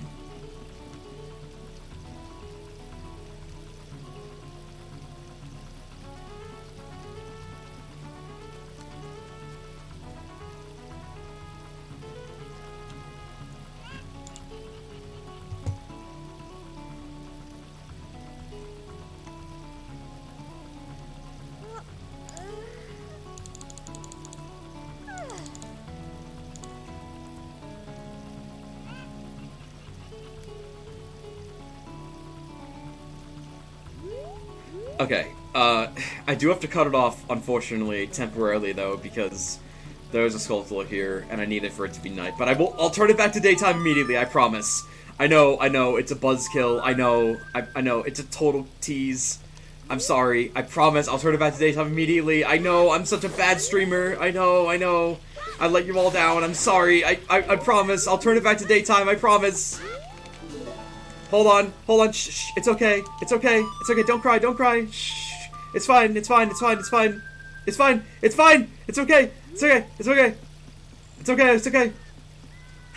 Ah. Wait, there we go. Hold on, actually. So, funny enough, here's a fun little, factoid trivia about this game. First of all, there is a heart piece behind that waterfall down there. We're not getting that, obviously. But another thing is that there's actually a heart piece behind this gate that is actually inaccessible. There is no way to get by here as young Link. I think they planned to have a segment where you would go by here as young Link, but they just said, nah, we can't really do that. So you talk to her, and she says, the Gerudo Fortress is located beyond this gate. A kid like you has no business there. So yeah. No matter what you do, there is literally no way to get past this gate. So, yeah. There's also a heart piece down there in that box. You have to use the chicken to get over there. But yeah. The reason why we're here is because not only is there a Skulltula there, there's a Skulltula down here. In a soft patch of land. Whee! We're gonna take some damage. It's fine. It's okay, Link. You've got developing bones and muscles. You'll grow it out, probably. It's fine. It's okay. It's all right. No problem. All right. So get our bugs and beans. Sounds like a weird like D&D like bar that you could go to. Bugs and beans. Like some things you run in the forest. You know what I mean? Anyway. You know what? Actually, come to think of it, I think we're actually set on, for the longest time, we're probably not gonna need bugs for a while, honestly. Like, we will have to get them later, but like for now, I don't think we're gonna need these bugs for like a long ass time, because there are 2 other spots left, as indicated by like the, the bean patches and everything. But I don't actually think we're going to need these for a little while. Hold on, there's 2 left. We can buy 1 more. Let me think about this for a second. Is those.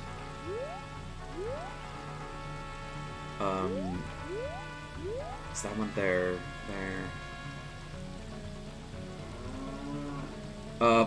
Yeah, let me think about this one. Well, let me talk to her first. I'll think about it while we're going to the next location. Why did you come all the way down here? What, you were just about to ask me the same thing? Well, now that you're down here, you may as well make the best of it. I like her attitude. That's very, that's very positive. I like that. Very positive, very nice. Anyway, we're all set here. We can just leave. Hold on.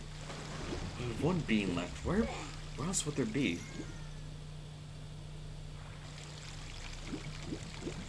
So we can buy 1 more. Planted 1 down there. Planted 1 here, right? Forest. Forest. There. Wait a minute. Planted 1 here.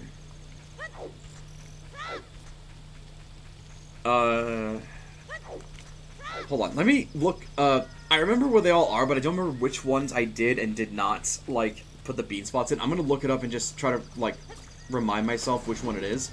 I'll do that while we're traveling down to the bean dealer again. Hold on. Give me a second. Do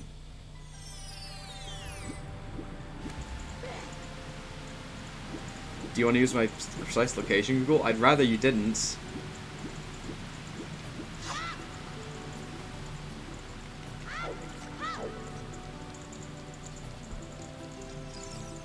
Oh, the graveyard!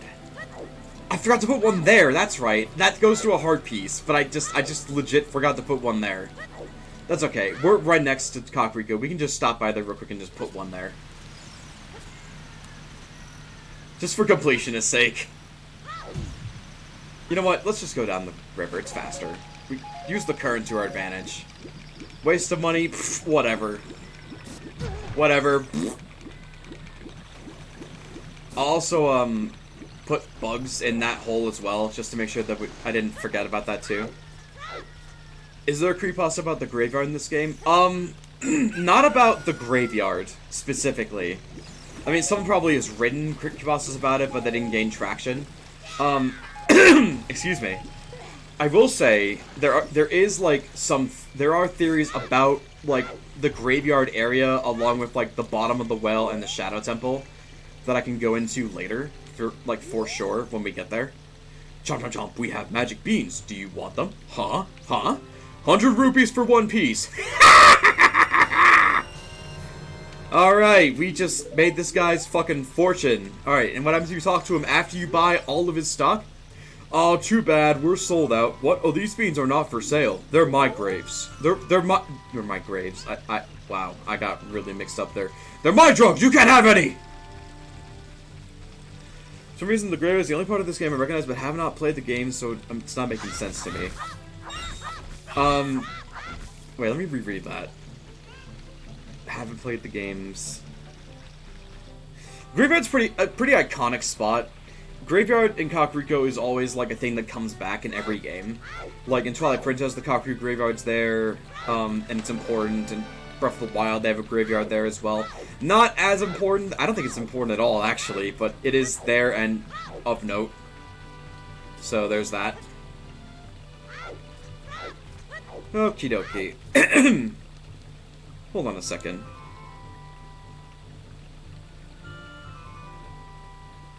Okay, just making sure that I didn't fuck up a setting. There we go. Alrighty.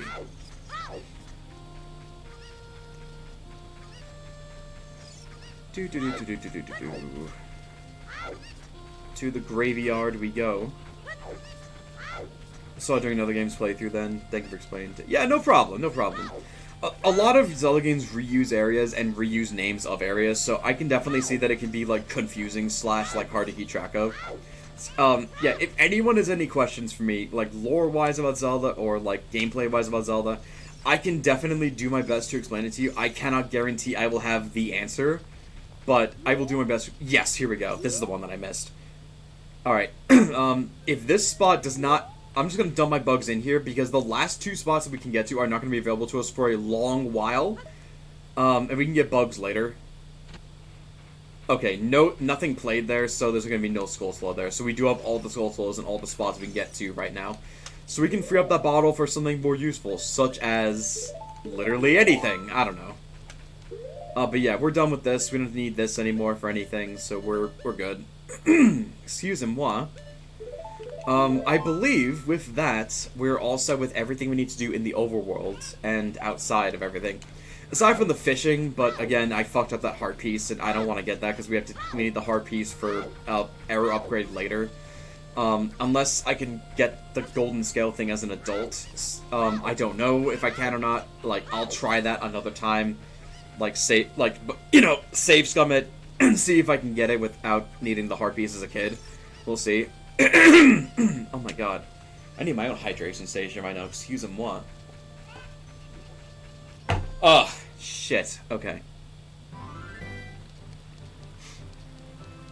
That's better. Alright, so now it is time for us to go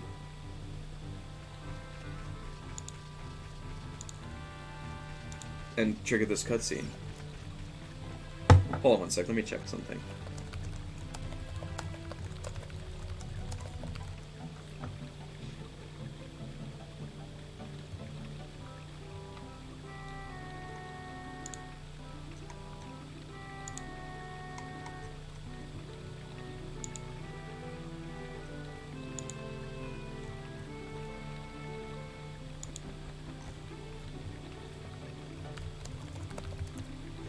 Okay, sorry about that. I just had to look in this one to make sure that everything's going okay, and everything is perfectly fine.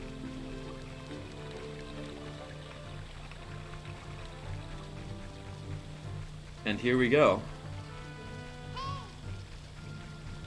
Navi, we're literally right here.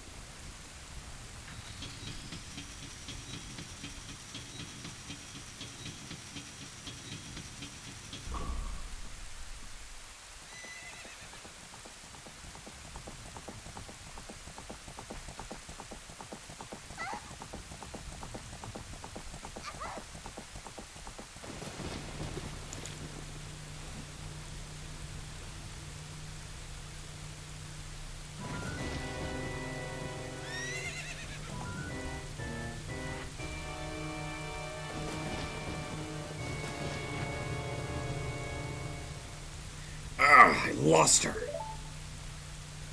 You, over there, little kid. You must have seen the white horse gallop past just now. Which way did it go? Answer me!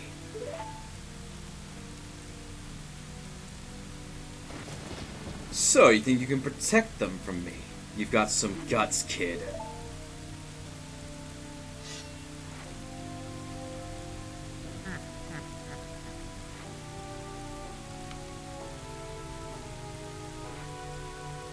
You want a piece of me? Very funny. I liked your attitude.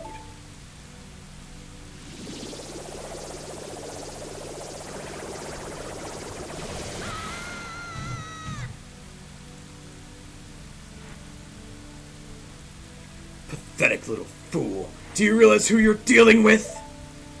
I am Ganondorf, and soon I will rule the world!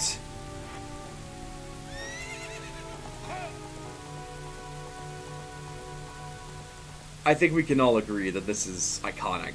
Like, without a doubt in my mind. Like, everyone remembers this. Everyone remembers Ganondorf just popping up there, making Link's nightmare a reality, and then just mopping the floor with us.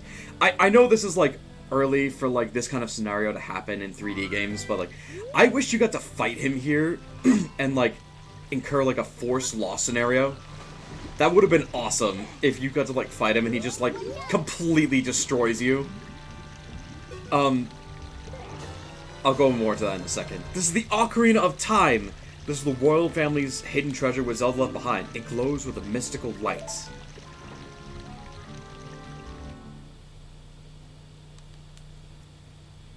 Jory, can you hear me? It's me, Zelda. What is this, a phone? Hello, this is Zelda. Can you hear me? Jory, when you hold this ocarina in your hand, I won't be around anymore. I wanted to wait for you, but I couldn't delay any longer. At least I could leave you the ocarina and this melody. This song opens the door of time.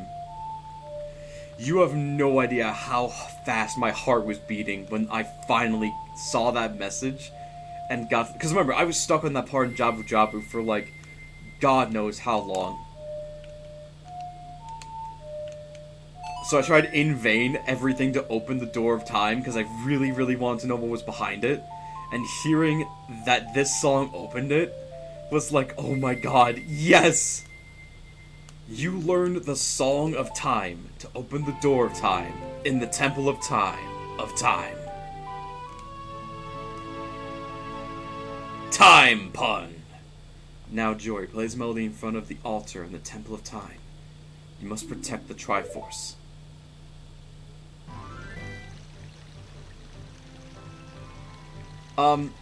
So, you may be wondering about something. The ocarina that Zelda gave you, that Saria gave you, is gone. You might be wondering, what's the deal with that? It's just magically gone. Well, so they do address that in the manga, what happens is that Link actually comes by when Hyrule Town is actually ready. It's not like happy and joyful when this goes on.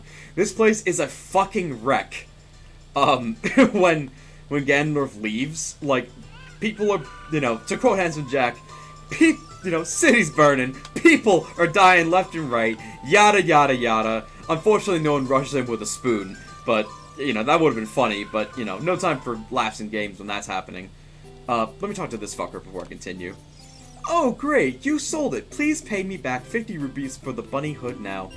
Oh, yeah, very well done. Oh, right, I forgot I was giving a Heath Ledger voice. All the masks are sold out. I knew, Joker Heath Ledger, I should say. I knew I could trust you. As a reward, I will lend you this special mask. This is the Mask of Truth, Link. It's a mysterious mask passed down by the Sheikah. With this mask, you can see into people's minds. It's a useful but scary tool. Why is it scary? Well, oh my god. Oh gosh. My fucking throat. Why? Just be a throat! Just fucking work. Why? Just do this for me. I promise you I take care of you. Why? Ah!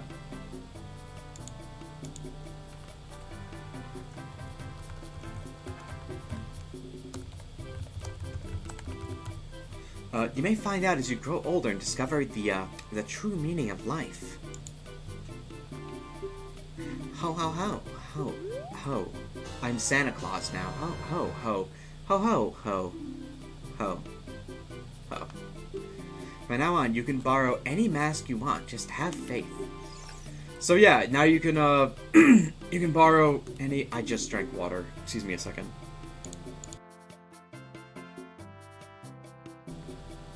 Had to cough there. That was pretty loud. So yeah. So now you get the Zora mask, the Goron mask, and the Gerudo mask. This is weird to me, that you can just dress up as these other races. I'm not gonna say anything else beyond that. I'm just gonna say that it's weird and move on. Like I said, do not like talking about politics or anything like that. I'm just gonna acknowledge that it's weird, and we're just gonna continue. By the way, Master Truth is what we need to get that last upgrade. I am gonna be doing that before we continue on. But one thing I want to show up before we continue, though, is this over here. This is a limited time interaction, and if you miss this, you don't see this guy again, so this is important. Well, not important, but like, it's a very small window opportunity to actually see this guy. This guy only shows up for after Zelda leaves and you interact with Ganondorf, and then disappears after you pull out the Master Sword. Are you the boy from the forest?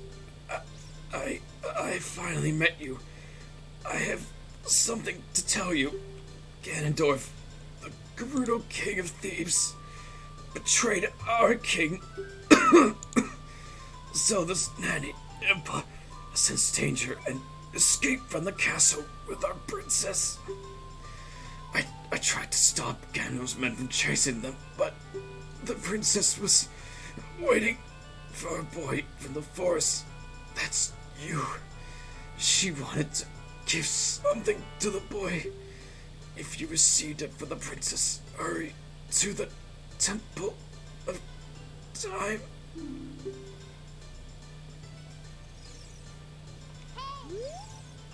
He's not moving anymore. He straight up dies on screen. He's dead. They actually have the balls to kill someone on screen. Yeah, no, literally, he's dead. Like, I gotta give them props for that. I mean, they hid this interaction pretty well. Like, you likely wouldn't see this. But, he's dead. Like, they killed him. That takes a lot of guts, honest to God, to do that kind of thing. Yeah, okay, we're gonna travel back to Kakuri Forest, Lost Woods, blah blah blah, to get this upgrade, because we now have the Mask of Truth, which, it doesn't actually let us read people's minds, unfortunately. That would be pretty cool if it did, though. In lore it does, but in gameplay it does not. But it is what we need to get the last upgrade for Link, so we're gonna do that now. But yeah, so we just ran into Ganondorf, Byron. He got away, he chased after Zelda. he blasted us with an energy ball and then ran off. I was saying before that, like, I wish that we got to, like, fight him in a forced loss scenario, but that might have been too much to program for this game, or something, I don't know. What? Yeah, I know, fucking, I got it. Literally 2 people have told us to do this. I did not forget about it in the last 8 seconds, thank you, Navi. So, pretty much, in the manga, Link goes in there, you know, city's burning, people are dying left and right, yada yada yada. Link actually loses the Deku Shield in there because he fights a Stalfos, and he literally can't beat that thing. It's too strong for him, and his sword does not work on that guy because it's too weak to beat him. And, so he runs out, like, you know, out of the castle because, like, there's nothing he can do in there. Like, it's burning, like, the town is burning to the ground. Like, there's nothing he can do in there. He's exhausted, and then from right behind him, Zelda and Impa rush by. He catches sight of them, and then from right behind him, boom, there's Ganondorf in one of the most hardcore drawn images I've ever seen in the Zelda manga history. It's so badass. Sorry, my throat's not doing me any favors today. I am drinking water. It is what it is when you talk for too long. I am drinking water though. I promise. So, like, he talks to him, and, you know, they do fight a little bit, and they actually fight! Like, Link actually does, like, fight against Ganondorf, but, like, it's, you know, as you would expect, Link doesn't stand a chance. Like, Ganondorf's wearing armor, he's blocking every attack that he throws at him, there's, like, no chance in hell. And Ganondorf, like, beats the shit out of him. Like, it's merciless what happens to him. I mean, like, he doesn't make him, like, cough blood or anything. Like, he doesn't, like, actually, like, you know, like, brutally, like, you know, horrifically mangle this child or anything. But he does, like, teach him that, like, there is a huge power difference between him and Ganondorf at this point. All my ridiculous brothers say, you have a horrible, ugly face, like shit! But don't worry, we will reward you with many Deku Nuts anyway. Of course, we will also enable you to carry more of them. Abracadabra. Alakazam. Ta-da! Now we can carry 40 nuts! That's gonna be helpful. And, yeah, that's it. We're done with that. Mask quest over. Wasn't that fun, guys? Anyway, but that relates to the Ocarina thing because, yeah, it is a lot of nuts. 40 nuts, and it's definitely helpful. Yeah, that relates to the Ocarina thing because in that fight, they're fighting in the dark of a storm, like it was in that cutscene. And he takes the fairy Ocarina from Link after beating him because he suspects that he has the Ocarina of Time, and he's like, I've got it. It's too dark for him to see that it's not the Ocarina of Time. Zelda actually throws it in the water in the manga as well. Ganondorf doesn't see that or know that it's in the water. But Ganondorf takes the fairy Ocarina from Link thinking that it's the Ocarina of Time.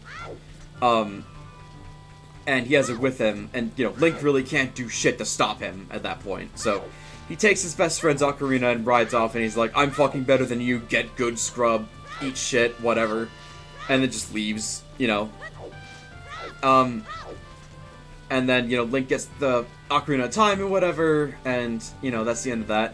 And then Link goes through with the usual shit of, you know, pulling the Master Sword, you know how it is.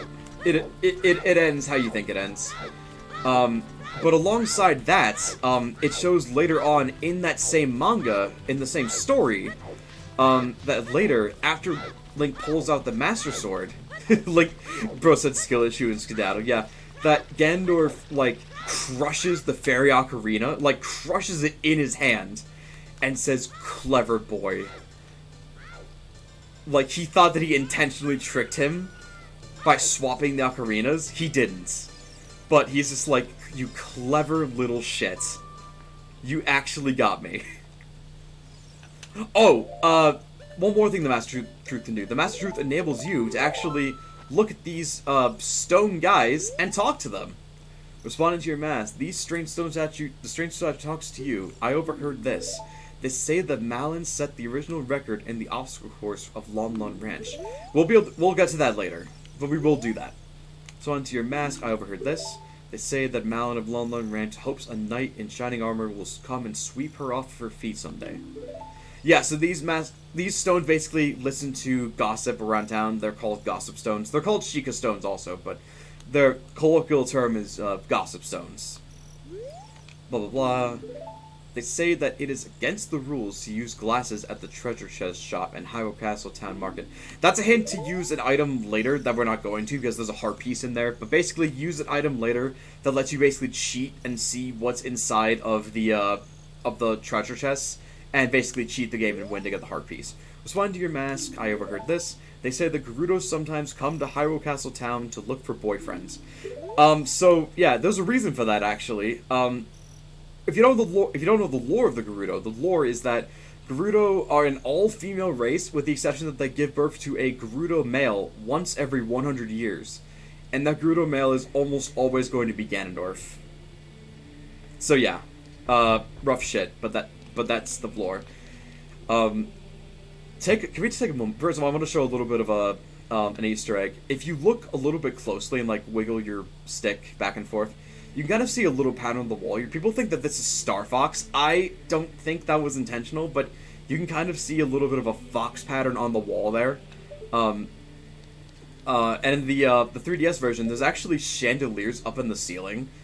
Here it's just a blank, like a black void of nothing. But either way, like, I love the aesthetic of this place, like how, like, you know, how ethereal the Temple of Time is, how majestic it is, and how they bring this exact music back in Twilight Princess when you revisit the Temple of Time in that game as well, in the Sacred Forest Grove.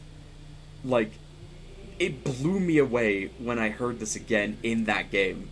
I could not believe it. I loved it so much. Like, everything about this just, like, inspires this feeling of, like, holy shit, this is, like, you know, we're in a place that's way bigger than us. And here we check this altar, which says... You might be familiar with this altar if you watch SE streams. This is usually where it tells you, like, what to do and where to go. For, like, you know, where's the spiritual stones, where's the medallions, what do you do, like, where's all the seeds, you need to check whatever. But here it says, there are 3 hollows and an inscription here. Ye who owns 3 spiritual stones, stand the Ocarina of Time, play the Song of Time. That is how the inscription reads. And that's what we'll do.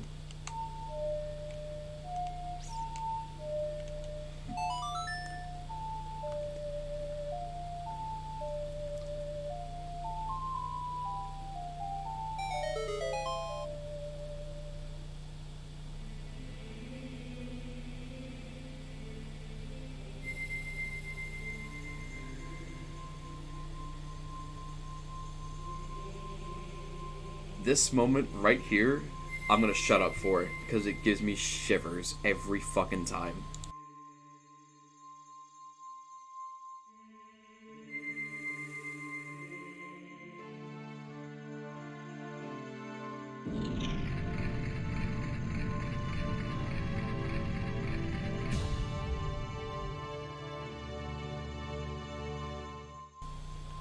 God, I love that. Just like the song that plays, the echo of the door opening, and just being like, you gotta know, like, what's in there. Like, what is that? What is that? Like, it's perfect how they designed this, too, where this altar perfectly obscures, like, what's inside there. You're just like, what is inside that door? Like, you gotta know! Okay. I thought this changed when you put the stones in, but I guess it doesn't change yet. So, like, you're just like, what's that? What's in there? You come in here. Jory, isn't that...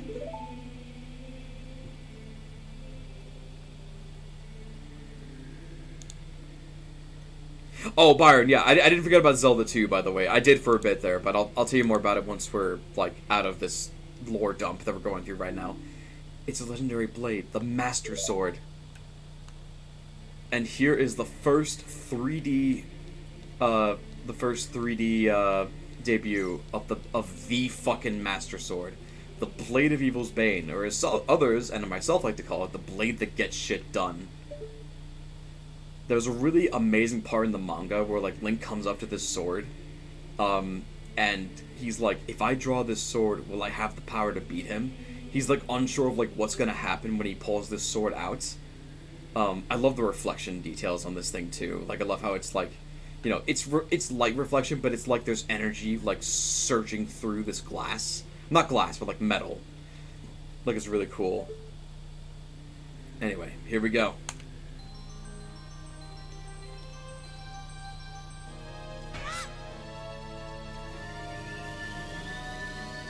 And here's where the timeline gets fucky wucky.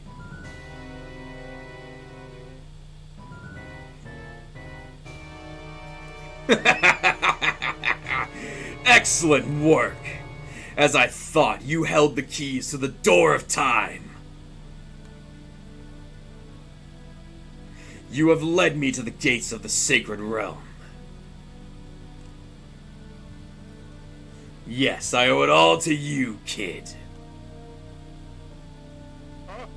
So, one of my biggest critiques with, like, anything that I watch that's fictional, is, like, why didn't bad guy kill hero?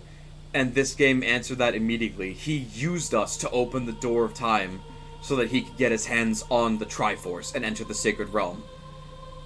They answered that immediately, that he used us as bait to get in. Jory. Wake up. Jory, the chosen one. Hear that, guys? I'm the fucking chosen one. Hell yeah. Anyway. Oh, shit.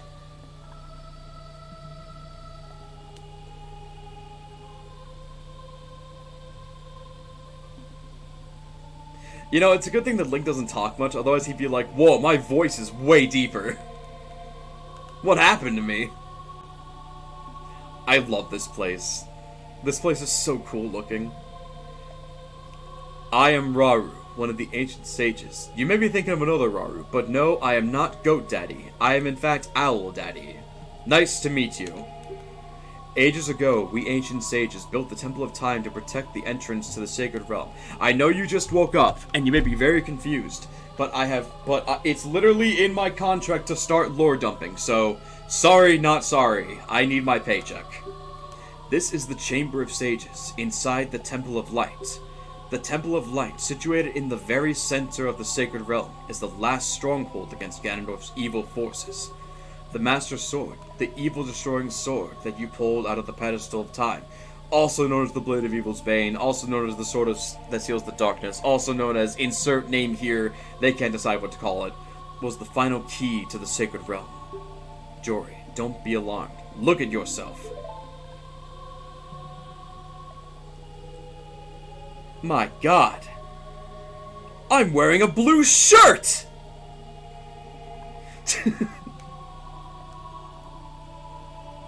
Look, Jory, you're big now. You've grown up. I'm a big kid now. The Master Sword is a sacred blade which evil ones may never touch. Only one worthy of the title Hero of Time can pull it from the pedestal of time. And those worthy of hero of insert blank slate here, or just hero, or whatever. But I was talking about me in real life, Byron. I didn't mean Link. I meant me. Though we do get a blue shirt later. However, you were too young to be the hero of time. Because my character name in this game is Jory. It was a meta whatever. Therefore, your spirit was sealed here for 7 years. And now that you are old enough, the time has come for you to awaken as the hero of time. I get it, Byron. I got it. I get it. The joke was bad. Whatever. You didn't come here for good jokes. You came here because... I don't know. Well, do you understand your destiny? If you say no here, he's going to go through the whole story for you again. So, dear God, please say yes. Oh, by the way, when I said he was Owl Daddy, I meant that literally. This guy is actually Kebora. One of the Gossip Stones throughout the game confirms that he is actually the owl that's been guiding you throughout this whole game. But remember, though you opened the door of time in the name of peace, Ganondorf, the Gerudo King of Thieves, used it to enter this forbidden sacred realm. He obtained the Triforce from the Temple of Light, and with its power, he became the King of Evil. Because I'm obligated to you as your friend and mod. Well, you know, thanks, Byron. Thanks so much, you fucking asshole. As your not boss and also best friend, I'm obligated to insult you every time you do. His evil power radiated from the temples of Hyrule, and in 7 short years, which equates to like 1,700 days or something. I'm not good at math. It transformed Hyrule into a world of monsters. My power now... the contract is complete. My power now has only little influence, even in this sacred realm. Namely, this Chamber of Sages. But there is still hope. The power of the sages remains.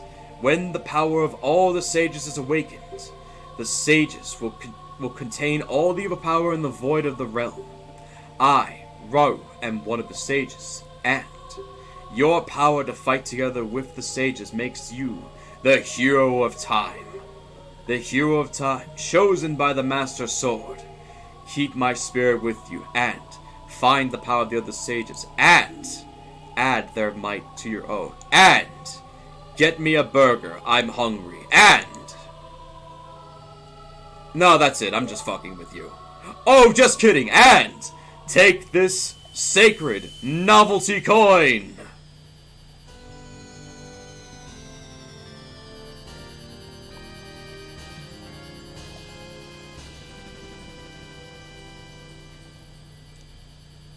I love that sound. That little music cue when you get the medallion and the sound it makes. I always love that. You got the light medallion. Rauru the Sage adds his power to yours. The power of Goat Boy wells within you. You feel determination. Find the other sages and save Hyrule. Or should I say, Sage Hyrule, am I right? Now get out.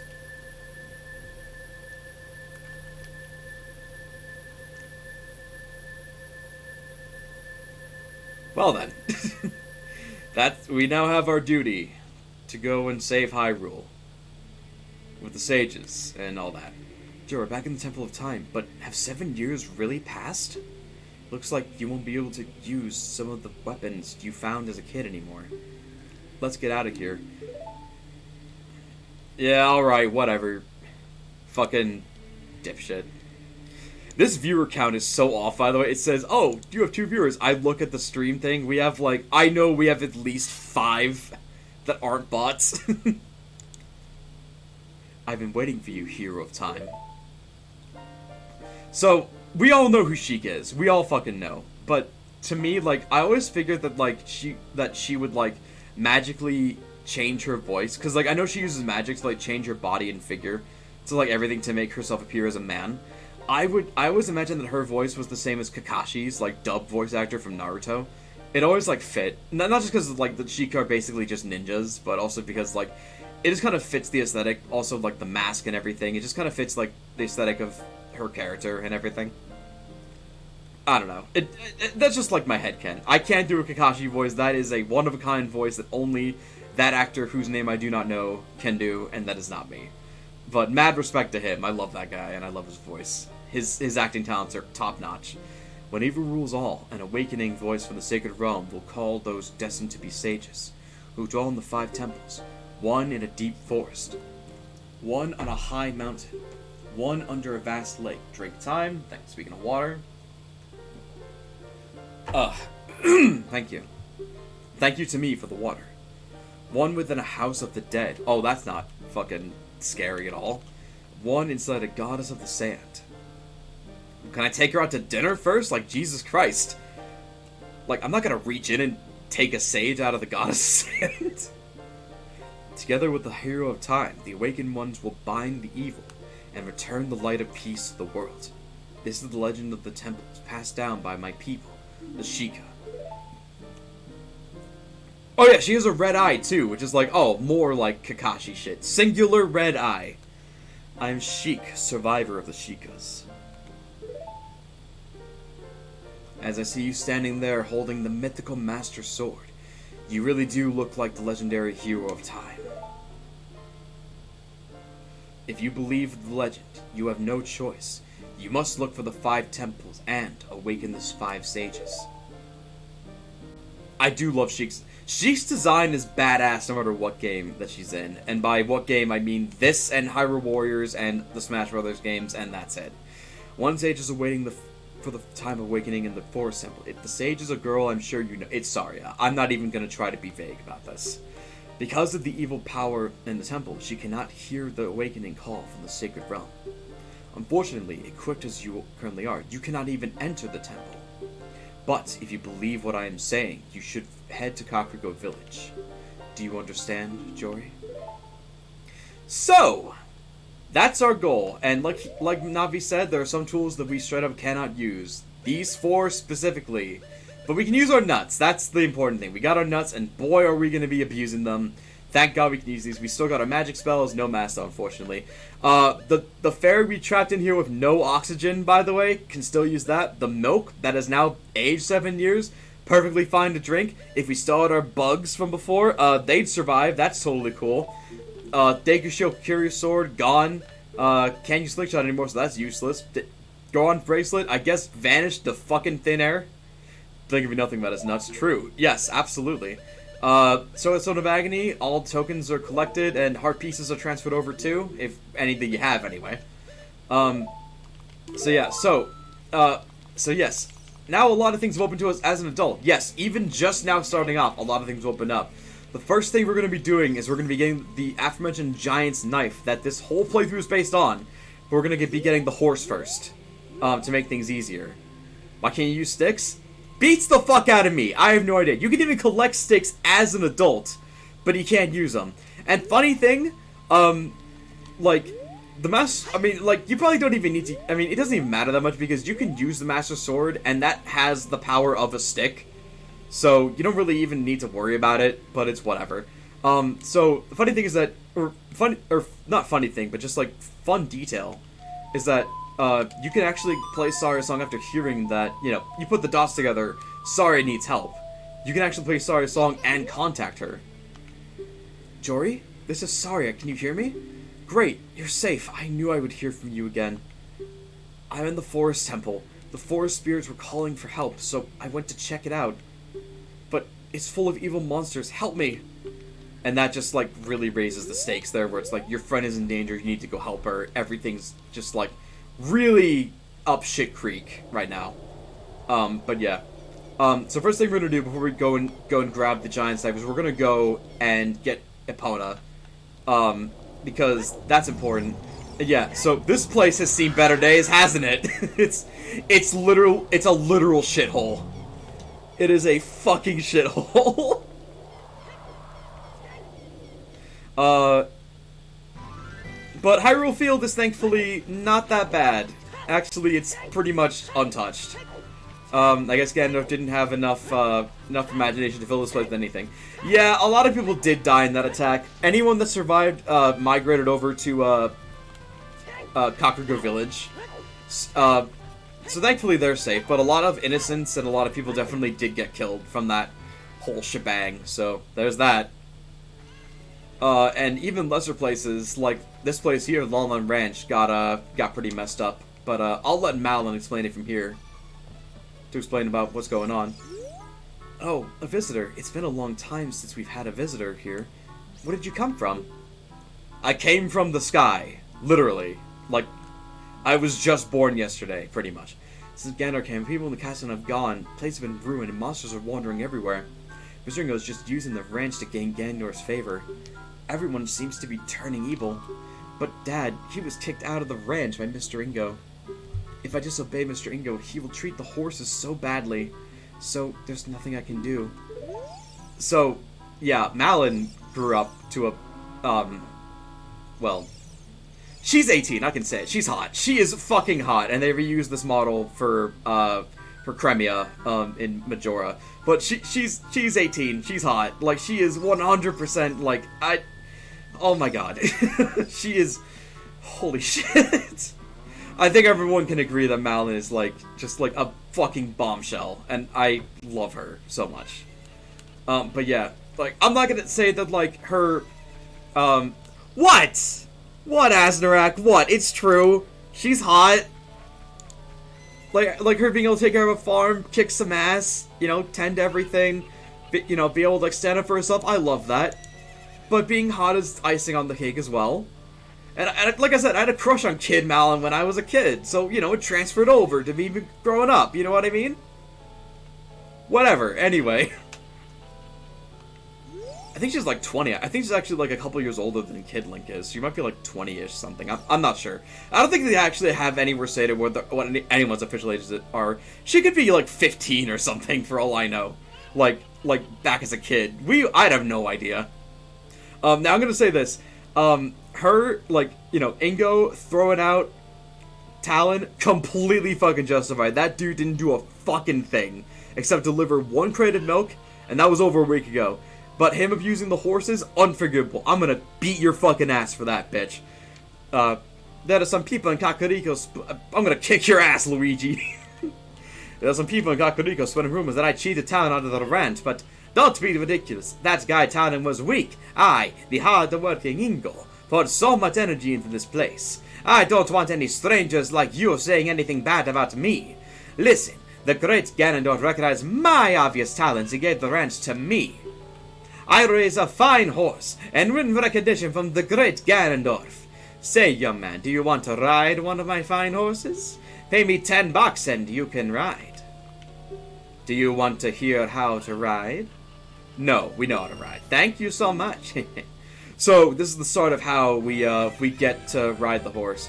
I'm gonna tell you right now, this is why we learned Epona's song. This is why you did it.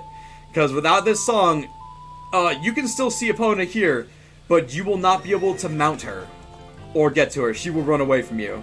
This song proves that she knows you and that you know her and that she can trust you. Okay, there's a horse inside of me now, I guess. So, in order to actually trigger the race to begin, you have to actually get... this is going to be a little bit hard with these board controls, and also the N64 just doesn't really control that well. But to prove that you're able to ride efficiently, you want to be able to get over these gates with Epona. And collect 10 rupees. And by doing that, all you gotta do from here out is just like run out the timer, get some practice in, and there you go. Right on cue, she could join a Discord server. Yeah, seriously, Malin couldn't she? But yeah, there you go. As a kid, I didn't get what the trigger was to get Epona to like fucking, you know, be able to, you know, to be able to get Ingo to race you. I couldn't figure it out, but this is what does it. Hey, time's up, young man. You only paid 10 rupees. You played around long enough. Alright, so now we are able to... I'm gonna save here real quick, just in case things go fucky. Pay me 10 rupees and you can ride. Yeah. What? No, whatever. Fuck it. Shut up. Now we need to call Epona again. And then we talk to him... This guy needs a horse inside it. Seriously. This guy needs a hoof, like, inside his fucking cranium. That's what he needs. And I'm gonna give it to him. X-Gon give it to him. So now we go over here and we horse! Please. I beg of you. So we talk to him when we're mounted on Epona, and this triggers him to offer a race. When I put on the corral with that horse, let's make it a little wager. Say 50 rupees? Bring it, bitch. Alright, you're going down, asshole. Or like, he plays fucking dirty. He will run into you and try to, like, get the inner circle just like that. You can beat him to it. It's kind of RNG whether you do or don't. The best strategy I can give is, like, to try and, like, stay in front of him so that way, like, he pushes you forward. Other than the other way around. He'll try to take the inner track from you. Do not let him, otherwise he will beat the shit out of you. But yeah, get the inner track, keep in front of him, and you'll win no problem. But like I said, it is RNG from the start whether you can make it happen or not. But yeah. Shoot! If the great Ganondorf found out about this humiliation, hey, how about another race? If you win, you can keep the horse! If you use the horse he provides you, you will lose. His horse is just better than yours, straight up. Try to beat him. Ah, no. He's harder here too, so I'm not sure if I'm going to be able to beat him on this one. I will try. Try to stay in front of him, get my carrots back. Yes, eat horse ass. There we go, Yes! Fuck you, bitch. Fuck you, Luigi! I literally put my... Instead of putting the horse inside of him, I put him inside the horse, Byron. You know what I mean? What is up with that horse? Is that Epona? How did you tame that wild horse right under my nose? I was going to present that horse to the great Ganondorf, but I bet on the race and lost. Shit! As I promised, I'll give you the horse. However, I'll never let you leave this ranch. So, ignoring the fact that we're armed, I don't know exactly, and that we could definitely climb over those bars, I don't know exactly how he'd stop us, but whatever. So, the clear part is that you're supposed to jump over that fence. It's a little hard to do that, though. What's not clear is that you can actually jump over this fence to get out, but I like to jump... Yeah, Luigi's seen better day. Luigi really fell off since Galaxy, hasn't he? So, you can actually jump over this fence to, to get out of here. You actually are unable to dismount Epona during this segment, and if you try to save and quit while you're in here, you'll start back here, so you're stuck here until you figure this out. So yeah, you can get out that way. But I like to do this. It's a little tricky to do, but I'm gonna do it. Here we go. Yeah, like I said, it's a little, you gotta be straight on to get out of here as Epona, but I'm gonna do it. I might be more even. Yeah, at least, yeah, Ganondorf might have killed people and children, but at least he doesn't hurt horses. He actually takes pretty good care of his horse, which I believe is actually named Phantom, believe it or not. I'm gonna do this, and boom! Kicked him in the fucking jaw. Eat shit, asshole. At least in my head canon, you don't actually kick him in the jaw, but I love the fact that you can, you know, it looks like you kick him in the jaw. And ba-boom! You now have Epona, and you can use Epona's song to call her whenever you want. So now you have basically your means of traveling faster. And we're gonna go right back in, actually, because there's a little minigame I want to do while we're here. And you leave, you go back and see and be like, "What's up, asshole? How you doing? What's up?" So this dialogue is gonna be a little confusing, but this dialogue is treated as if you come back here tomorrow, but it's not. We came back here literally two minutes later. Hi there, how are you? I'm Ingo. I feel so honored to be allowed to work here. So I'd imagine happened was that we took Epona out, and he was afraid that, like, Ganondorf was gonna, like, find out about it, and Malon took opportunity to be like, listen, if you don't, like, shape up and, like, let everybody, you know, make things go back to normal, I'll tell Ganondorf, and then I'm gonna beat the shit out of you. And he literally, you know, ate shit and got scared and was like, oh fuck, okay, you win, and now everything's going back to normal.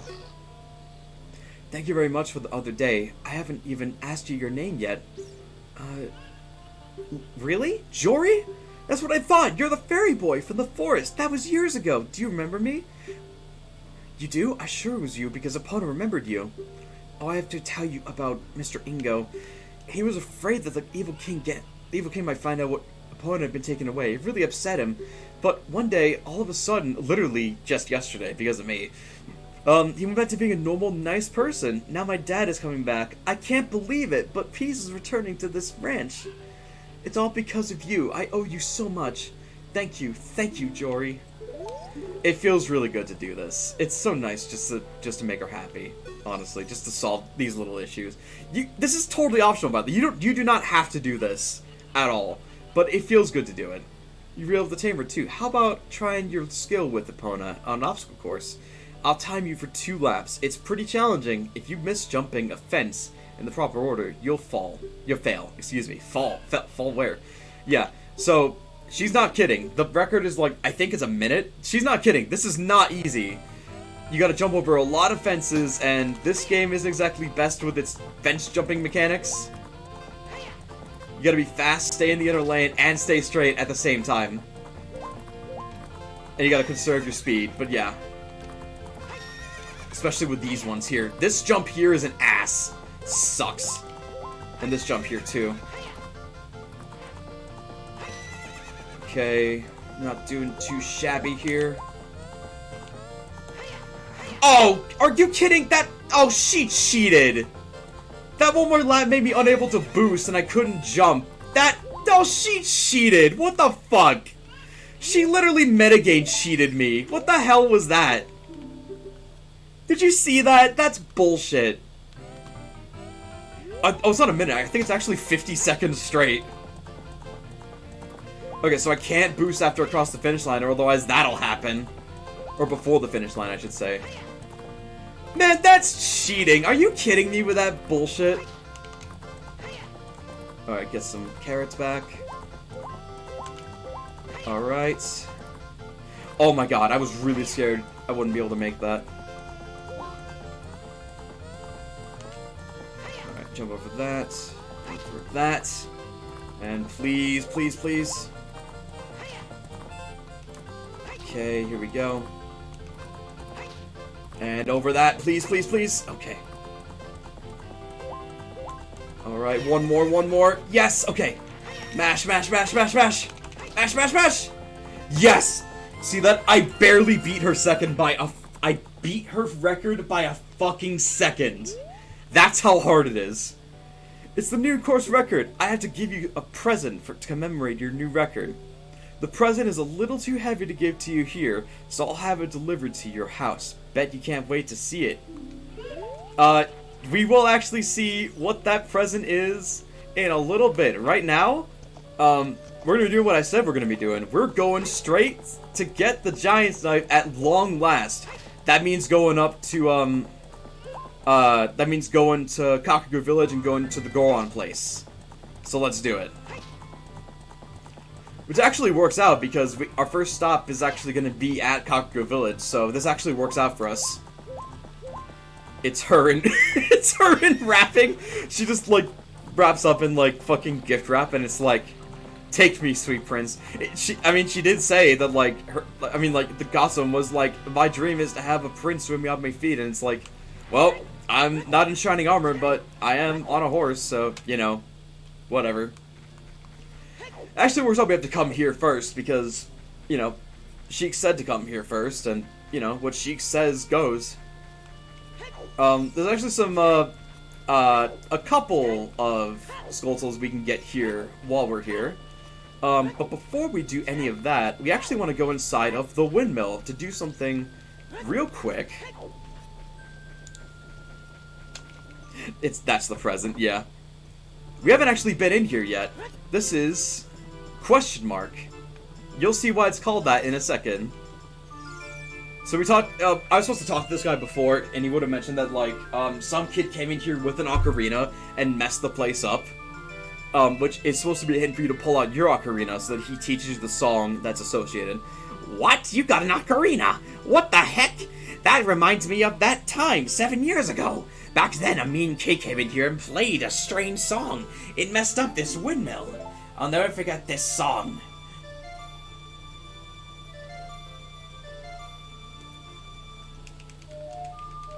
This is one of the most iconic songs in Zelda history. Probably more iconic than Zelda's Lullaby, honestly. I think more people know about this than that. And that's the final song for the top row of our Ocarina song sheet. You've learned the Song of Storms. We can play this song to make rain come whenever we want now, and also make the windmill turn really fast. Oh no! A storm again! You played this ocarina again, didn't you? Yeah! Okay, whatever, fucko. Alright, see you. Whoa, oh my god, it's actually really fast. Alright. So, yeah, we will, so we'll come back to that later. Because that's actually a really interesting, like, paradox-ish, timey-wimey thing. We'll come back to that later. By the way, her over there, she starts a quest called the Bigron Sword quest, and we're not going to do that because that will replace the Giant's Knife, which would kill this whole run, and we're not going to do that. Where are my hearts, by the way? I need hearts. Okay, great. So, what we're going to do is we have to go to here in the graveyard. Oh yeah, spin attack is powered up too because our blade is longer.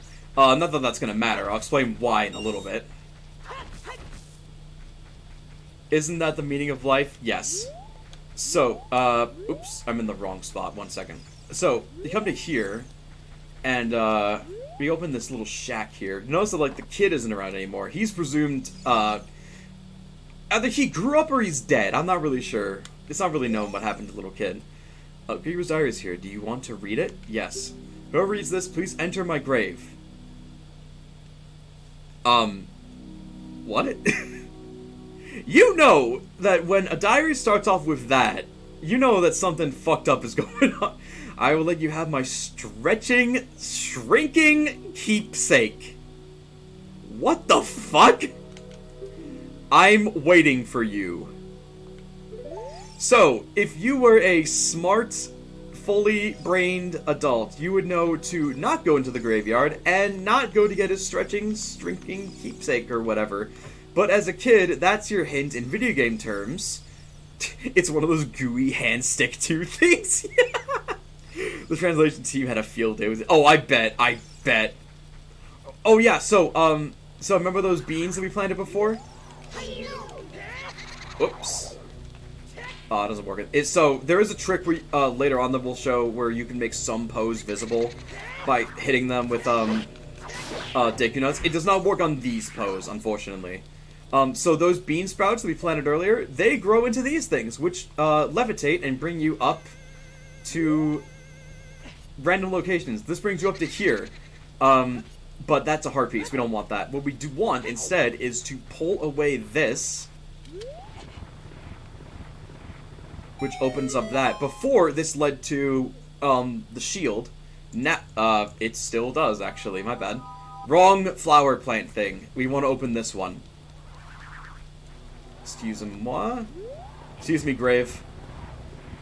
Sorry about this. Oh, no. Okay. Goes to here. Question marks. Hey, young man. Are you fast on your feet? I may not look like it, but I'm confident in my speed. Let's have a race. Follow me if you dare. So yeah, he races you. This is also part of a heart piece quest. Thank God we're not going to do this because it's a bit of a pain to get this heart piece.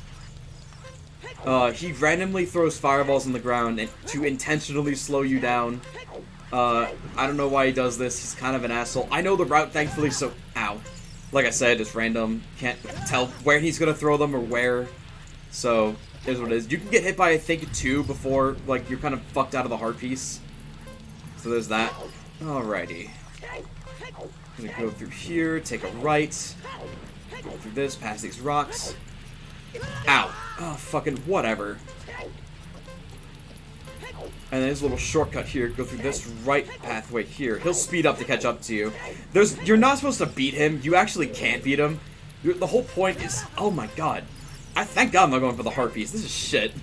This is the worst one I've ever done. I ran into 4 of these fucking things. Ow. But yeah, go through this door here. And ba-boom! You're all done. The time of this race was 1 minute and 5 seconds. Young man, you were very quick to be able to keep up with me. As a reward, I'm gonna give you my treasure. It's called the hook shot. Oh, what? You thought I was talking about something else in my diary? Gutter brain pervert. It's a spring-loaded chain that will pull you to any spot where the hook sticks. Does that sound cool? I'm sure it'll help. I live here now, so come back in sometime. I'll give you something even cooler. One more thing. Be careful on your way out.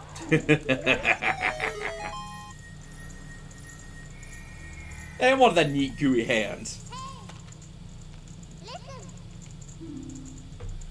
Navi. We're fucking here! Oh my god, okay. Anyway. Meet a Zelda classic, the hook shot. Ba-ba-ba-ba! Just like he says, it's a spring-loaded chain that can cast out to hook to things. Use the dragging distant objects back to you. Or use to pull yourself towards something. Holding C, whatever. Use the blue mushroom, blah blah blah, whatever. You get the gist. Anywho's, let's get to here. See something very familiar. Navi will tell you something if you want to, but the main gist is that use the Song of Time here, and that makes these blocks move. You're gonna see these a couple more times throughout your journey as an adult. You might have actually seen a couple of these as a kid, too. It works as a kid as well. Spoiler warning, we are going to become a kid again. That's not over. There are some parts as a kid we haven't been able to get access to, and that's why. Yeah, heart piece up here. By the way, yeah, that's not, that wasn't a transition or anything. We went from the graveyard to in someone's grave to an underground race course to up the stairs to inside the windmill.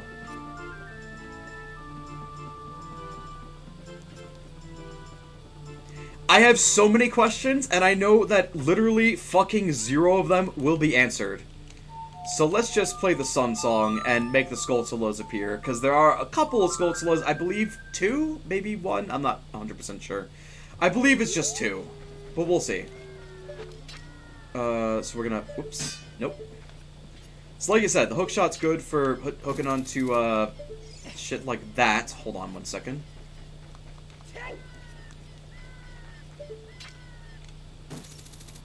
Yeah, so Byron, it's a little fucked up. I can't lie, that's weird as hell.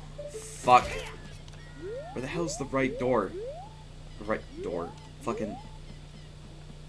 wait a minute. Oh, over here, that's right, not over there. There was a guy on top of that roof we were just by that would give you a heart piece if you talk to him. I'm not gonna do that for obvious reasons, but just want to let you know that that's there. Did I have the heart piece in the graveyard? As a kid? I can't remember if I did or not. I think I did. Well, we'll find out. If I didn't, then at least I got something that'll tell me. Ironically to the left, yeah, seriously. Ta-da! Okay, let's take a look. Did I get all of them here? Yes! Okay, we are all done with Kakariko Village. Kakariko Village's mark for the Skulltulas also includes the graveyard, so we're all set. We don't have to worry about that anymore. Alright, now we're gonna start heading up. This guy's here too if you want to sell him shit. I'm not going to because, I mean, we are loaded. We got 347 rupees. We're good. Oh yeah, both of the shops, the potion shop and the, this guy over here moved to here. So, yeah. You might, if you're doing a 3-hour run, you might want to stock up on a potion, actually. You might want to stock up on a, what's it? Oh, you know what? That reminds me, actually. There is one thing I actually do want to do. Because, so, the Biggeron side quest, does unlock something. I'm not going to actually unlock the Biggeron sword itself, but I am going to unlock, the blue potion, which you need to do part of the side quest to do in order to do that. So I'm gonna really quickly get that out of the way, because we have to go to Lost Woods anyway, and that's part of where that quest will continue. So I'm gonna talk to her real fast, and you know what I mean. Because having a blue potion to fully restore my health and magic can definitely come in handy. I don't get goosebumps from this baby. So she made an anti-allergenic chicken, I guess. Cuckoos are really good at getting lazy eyes out of bed. Have you met them before? It makes them very happy to crow. Cuckoo! Especially when it wakes up a very heavy sleeper. However, my cuckoo is not entirely happy right now. You look like you're good at handling cuckoos. Here, take this egg. After the cuckoo hatches, bring it back to me after a while, and I'll check it out, see its mood. Will you try? Yes. Okay. Yeah. Got it. Whatever. Come on. No, not anti-phobic. Anti-allergenic. Or whatever the term. I forget what the fucking term is for that. So yeah, just like before, we're gonna cheat the day-night system. We're gonna use the Sun Song to fast forward time by 24 hours to make this chicken hatch. Yeah, she was allergic. Yeah, she said like, yeah, I'm raising chickens even though I'm deadly allergic to them and I get fucking, like, the equivalent of chicken pox. Oh, hypoallergenic. That's the word for it. Thank you. Yes, I was racking my fucking brain. I was like, what's the fucking word for it? I couldn't figure it out. Okay, so now we have the chicken. So now, what we have to do, which is very obvious, and definitely not, like, weird or cryptic at all, is to go into this random house here.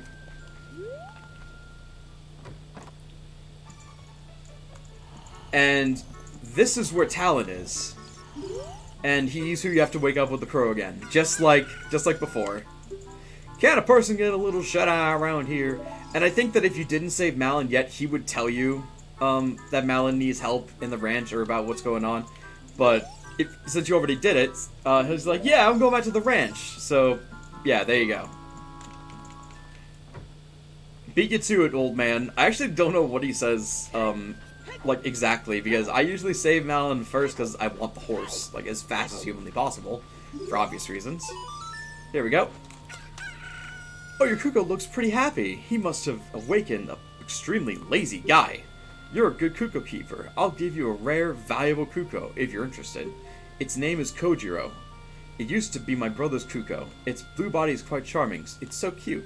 Since my brother has gone, it's strange, but Kojiro has stopped crowing. Do you want to keep Kojiro? Yes, we want the bluebird. Da-da-da-da! You got the bluebird! Yay! Woohoo! So yeah, got bluebird. It's a blue Kuko, which I don't think we ever see different color Kukos in a lot of other games. Kojiro going with the demon slaying chorus. But yeah, I don't think we ever actually see other colored Kukos outside of, like, the N64 games. We do see, like, you know, some other, like, regular color ones, like brown and, you know, gray and stuff, and, you know, in, like, Twilight Princess, but, like, and we do see, like, gold colored one in Twilight Princess. I did forget about that. But, like, other than those two, you know, we never see, like, a red one, or a green one, or, like, a pink one, or anything like that. Oh yeah, remember this? Another thing over here, too. Ta-da! Little shortcut up to here. We can get the... Oh yeah, there's one more Skulltula in Dodongo's Cavern that we cannot get yet. I need to get a certain song first, but we'll do that later. Right now, I need to go down here and say hi to a certain friend. That guy rolling around down there, we'll take care of him later. Right now, I got someone to talk to. And here is where the hell begins. Hello. I just completed a small weapon. How about it? How about buying this knife for 200 rupees? Buy. We got the Giant's Knife. Hold it with both hands. Use beat. It's so long you can't use it with a shield. So yeah. This is what the name's based on. And what we're going to do first with this knife is we're going to break it. There we go. And now the run can officially begin. So, this is the Giant's Knife. Broken. That's literally what it's called. Actually, in the 3DS version, it even says, like, this isn't actually much of a knife, to be honest. It's actually really shit. And now we can actually head out to, the Lost Woods. So, that's nice. I did hear that Skulltula. We can't get it yet. Actually, wait, we can. I might as well grab it since we're here. I forgot that I had the long shot now. Might as well grab it. Yeah, I'll go over the disadvantages of this thing later and why this is going to be such a challenging run. Hold on, let me get upstairs. I need to get a little bit higher up before I can grab this thing. Or do I? Hold on. Oh, nope, wait, maybe. Nope, I need to get higher up. Okay, hold on. Gotta get up to here. And then maybe if I stand up here. Nope, I gotta go all the way up. Fuck me, okay. Can I hookshot this? I can! Okay, I need to be more straight to pull up. Alright. Hold on. Oh, or not. Alright. 1 second. Gotta go up here. Alright.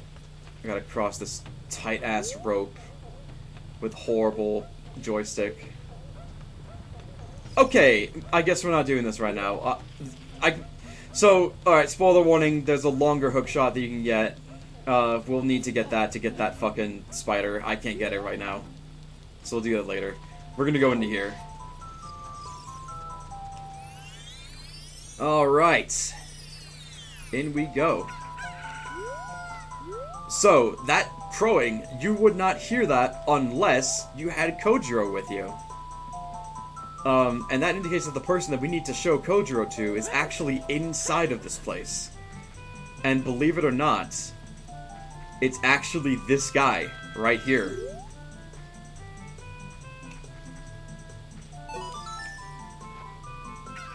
Kojiro? Why? Only a nice guy like me can tame you. Which means you must be a nice guy. You must be. Please, Mr. Nice Guy, please! Deliver this stuff to the old hag in the potion shop in Kakugo Village. This will disappear if you take too long, so you gotta hurry. Okay. You got the odd mushroom. Mushroom like this is sure to spoil quickly. Take it to the Kakariko potion shop, quick. So yeah, so with most cases with this kind of stuff, you'd have a timer going on to get the thing to the thing with the thing. Thankfully, we planted that plant earlier, so we have a little shortcut to get to this bridge and to get out of here. And also, thankfully, we have a horse, so getting to Kakariko shouldn't be too hard. Just a word of advice, though, make sure you call her outside of these woods, like outside of these trees, because you can actually get opponents stuck on that tree, and it's really, really hard to get her out. Trust me, it's a bitch. Like I said, I'm just doing this so I can get my hands on a potion that I want access to for a little bit later. Because we are going to be needing to use magic, like a lot later, and having magic plus a health restoration definitely comes in handy. So yeah, there's that. Alright. Speed on over to here. So yeah, we finally got the Giant's Knife. Might as well explain what this is about. So, the Giant's Knife, broken, has a lot of really shitty aspects to it. First of all, the damage is horrible. It's about as strong as your Kokiri sword. Actually, let me rephrase that. It's exactly as strong as your Kokiri sword. Which means it's fucking terrible. It's actually like the worst thing in the universe. Its range is also... Actually, I actually measured it. It's not only equivocal to the Kokiri sword, it's actually worse than the Kokiri sword. Your range is horribly, horribly short. It's terrible.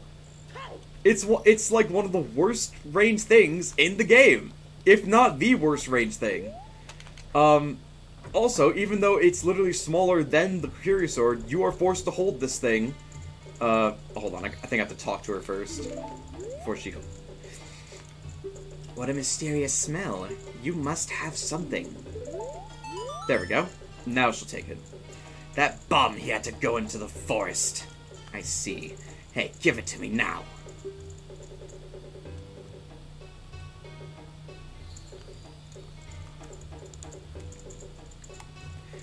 If you see that fool, give this to him. It's the strongest medicine I have ever produced.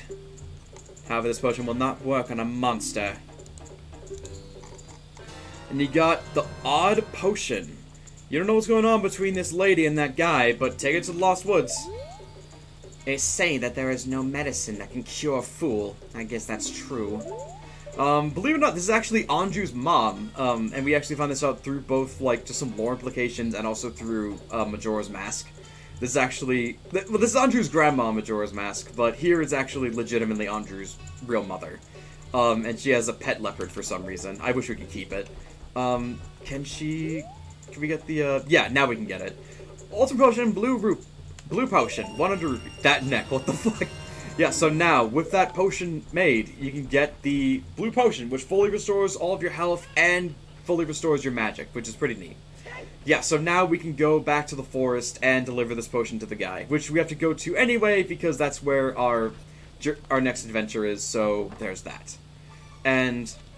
I'm feeling it. I think we could clear out the forest temple and then end off stream. I think we could do that. That sounds fun. What do you guys think? You down for that? Yeah. And also, this thing is two-handed, despite being shorter than the Kokiri sword. Which means you can't use your shield while it's out. And because the sword is broken, no spin attacks and no charge spin attacks. Which means you lose your option for the omnidirectional attack, which means your attack options are obscene limited. You can still backflip, and you can still jump attack, and size up and stuff like that, but you have literally 0 spin attack options, which means just from that and that alone, your options for offense are obscenely limited. Which sucks. It sucks. And that's what's going to make this challenge run obscenely interesting and also infuriating, but that's what you're all here to see. From this moment on, shit gets real. And furthermore, just because this game drops a bunch of hearts, just for the sake of balance, I'm only going to be holding one fairy. No more than one. Just one at a time. Anything else is gonna be potions, and if I die, then I die. And that's how it, like, potions and milk. Other than that, no more fairies. Just milk and potions. Because hearts actually drop from this in this game. These guys suck to fight with this thing. They're so huge. And yeah, our forest is now, like, totally covered with monsters. See, even a jump attack from that didn't kill that thing. And normally the Master Sword would do the job. So it's rough. It's bad. You can still kill these guys, thankfully. So yeah, here we go. We're in there's Octrogs in the water, there's guys in there. We're in deep shit. It's even a flower by our fucking house! Well, thankfully, since we're here at nighttime, we can get this Skulltula here. Yes, there is a Skulltula right up here atop the twins' house. Come on. There we go. Yeah, of course Ganondorf would be a dick and, like, fuck over our homeland. Like, King of Evil is right. Like, what a douche. But, you know, we'll get there when we get there. So like I was saying, Hidden Grottos, there are 2 songs you can play to make Hidden Grottos appear if the bombs don't do the job. One of them is the Sun Song, and that wouldn't work here. The other one is the Song of Storms.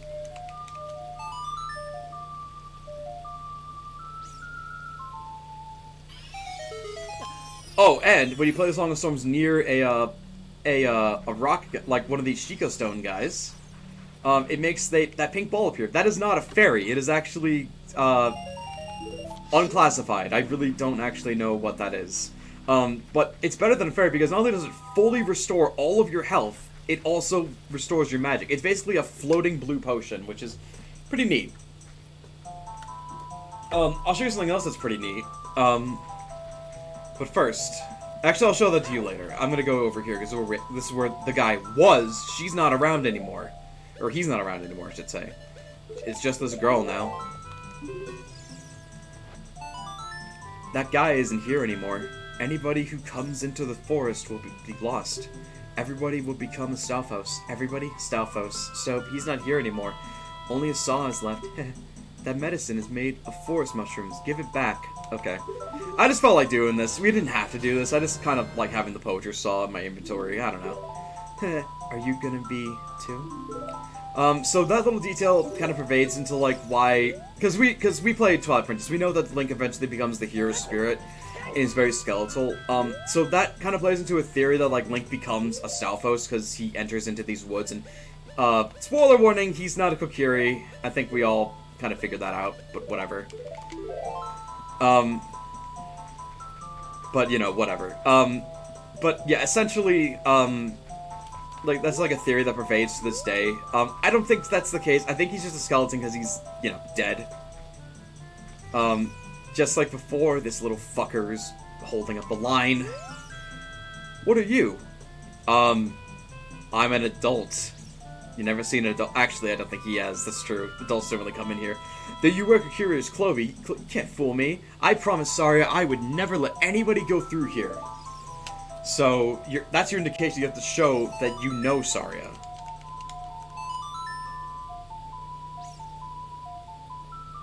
And this is the only way to do it. That melody. Saria plays that song all the time. Do you know Saria? That song. Saria taught that song only to her friends. Okay, I trust you. When I see you, I don't know why, but I remember him.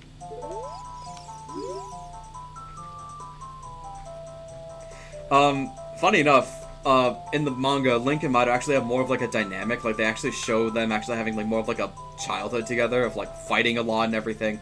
And he never finds out that Link is actually adult Link in the manga, but they actually do end up burying the hatchet and becoming friends like later on. When I see you, I don't know why, but I remember. Oh, I thought he said something different. Whatever. Anywho's it's there's another reason why we planted that that thingy earlier. Go up to here, and there's a Skulltula here.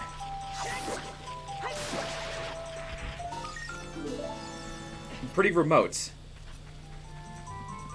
Alrighty, I'm gonna go through to here. Oh, I guess that rock didn't spawn in, or whatever. Whoop, that's not the right way to go. This is. Here we go.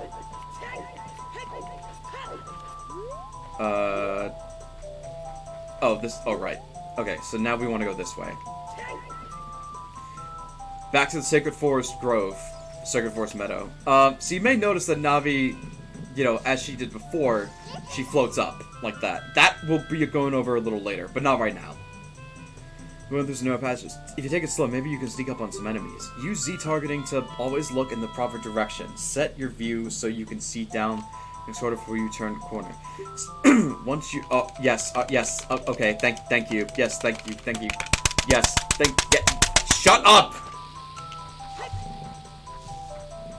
Guess so far as you pull out bombs. What? Oh yeah, I forgot. There's actually there's a hidden grotto here too. I totally forgot about that. And it's a, oh, fuck!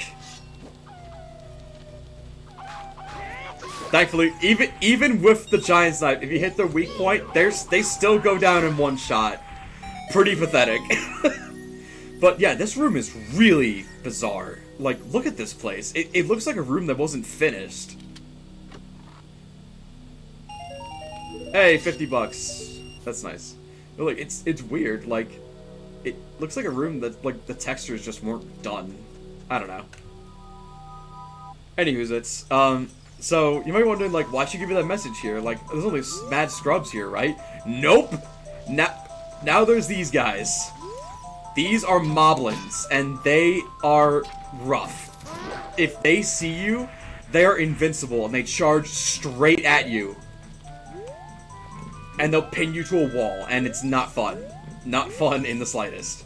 You want to go around the corner and use your tools to attack them. Not like that. Or that. Oh my god. So it's a bit of like a faux stealth section. Not really. Like, you can get spotted. It's just, you know, it sucks if you do.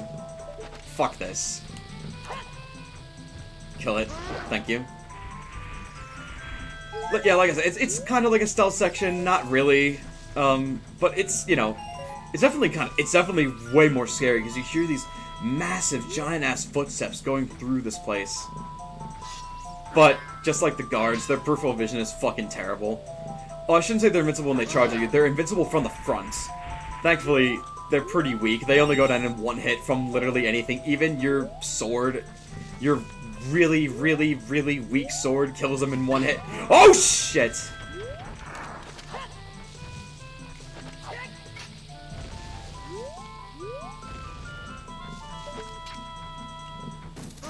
I love how they don't even think to be like, oh, maybe he turned the corner. Oh, well.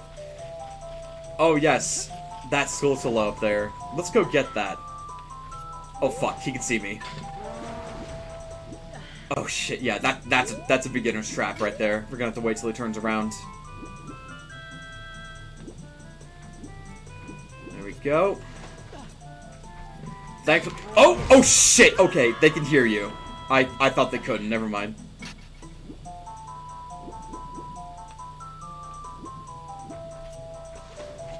Get a little closer, and there we go. Okay, so, I got a funny story with this Skulltula right here.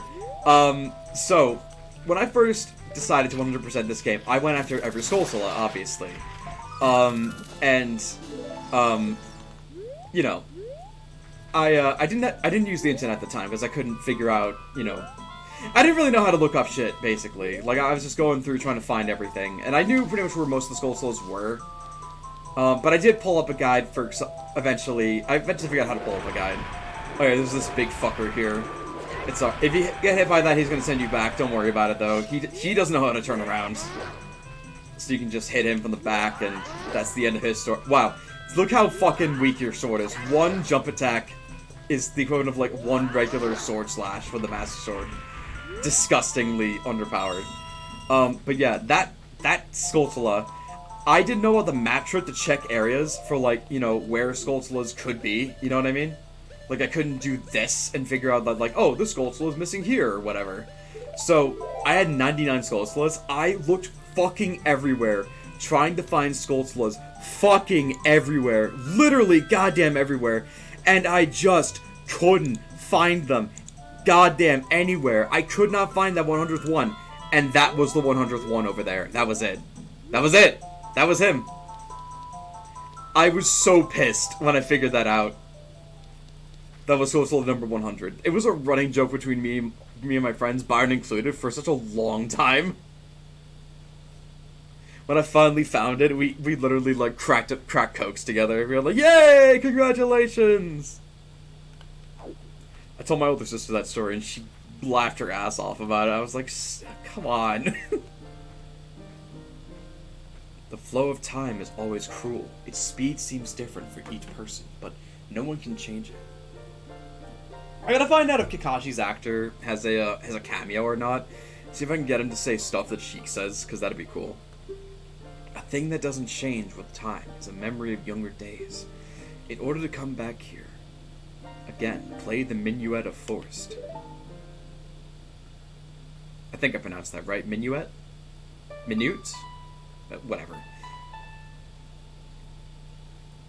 I love all of these songs. These are all songs that let you warp back to these spots here. That's what all these songs are for, basically. Like these Triforce spots here, they're warp points. So you can get back to these places faster. Which is definitely convenient.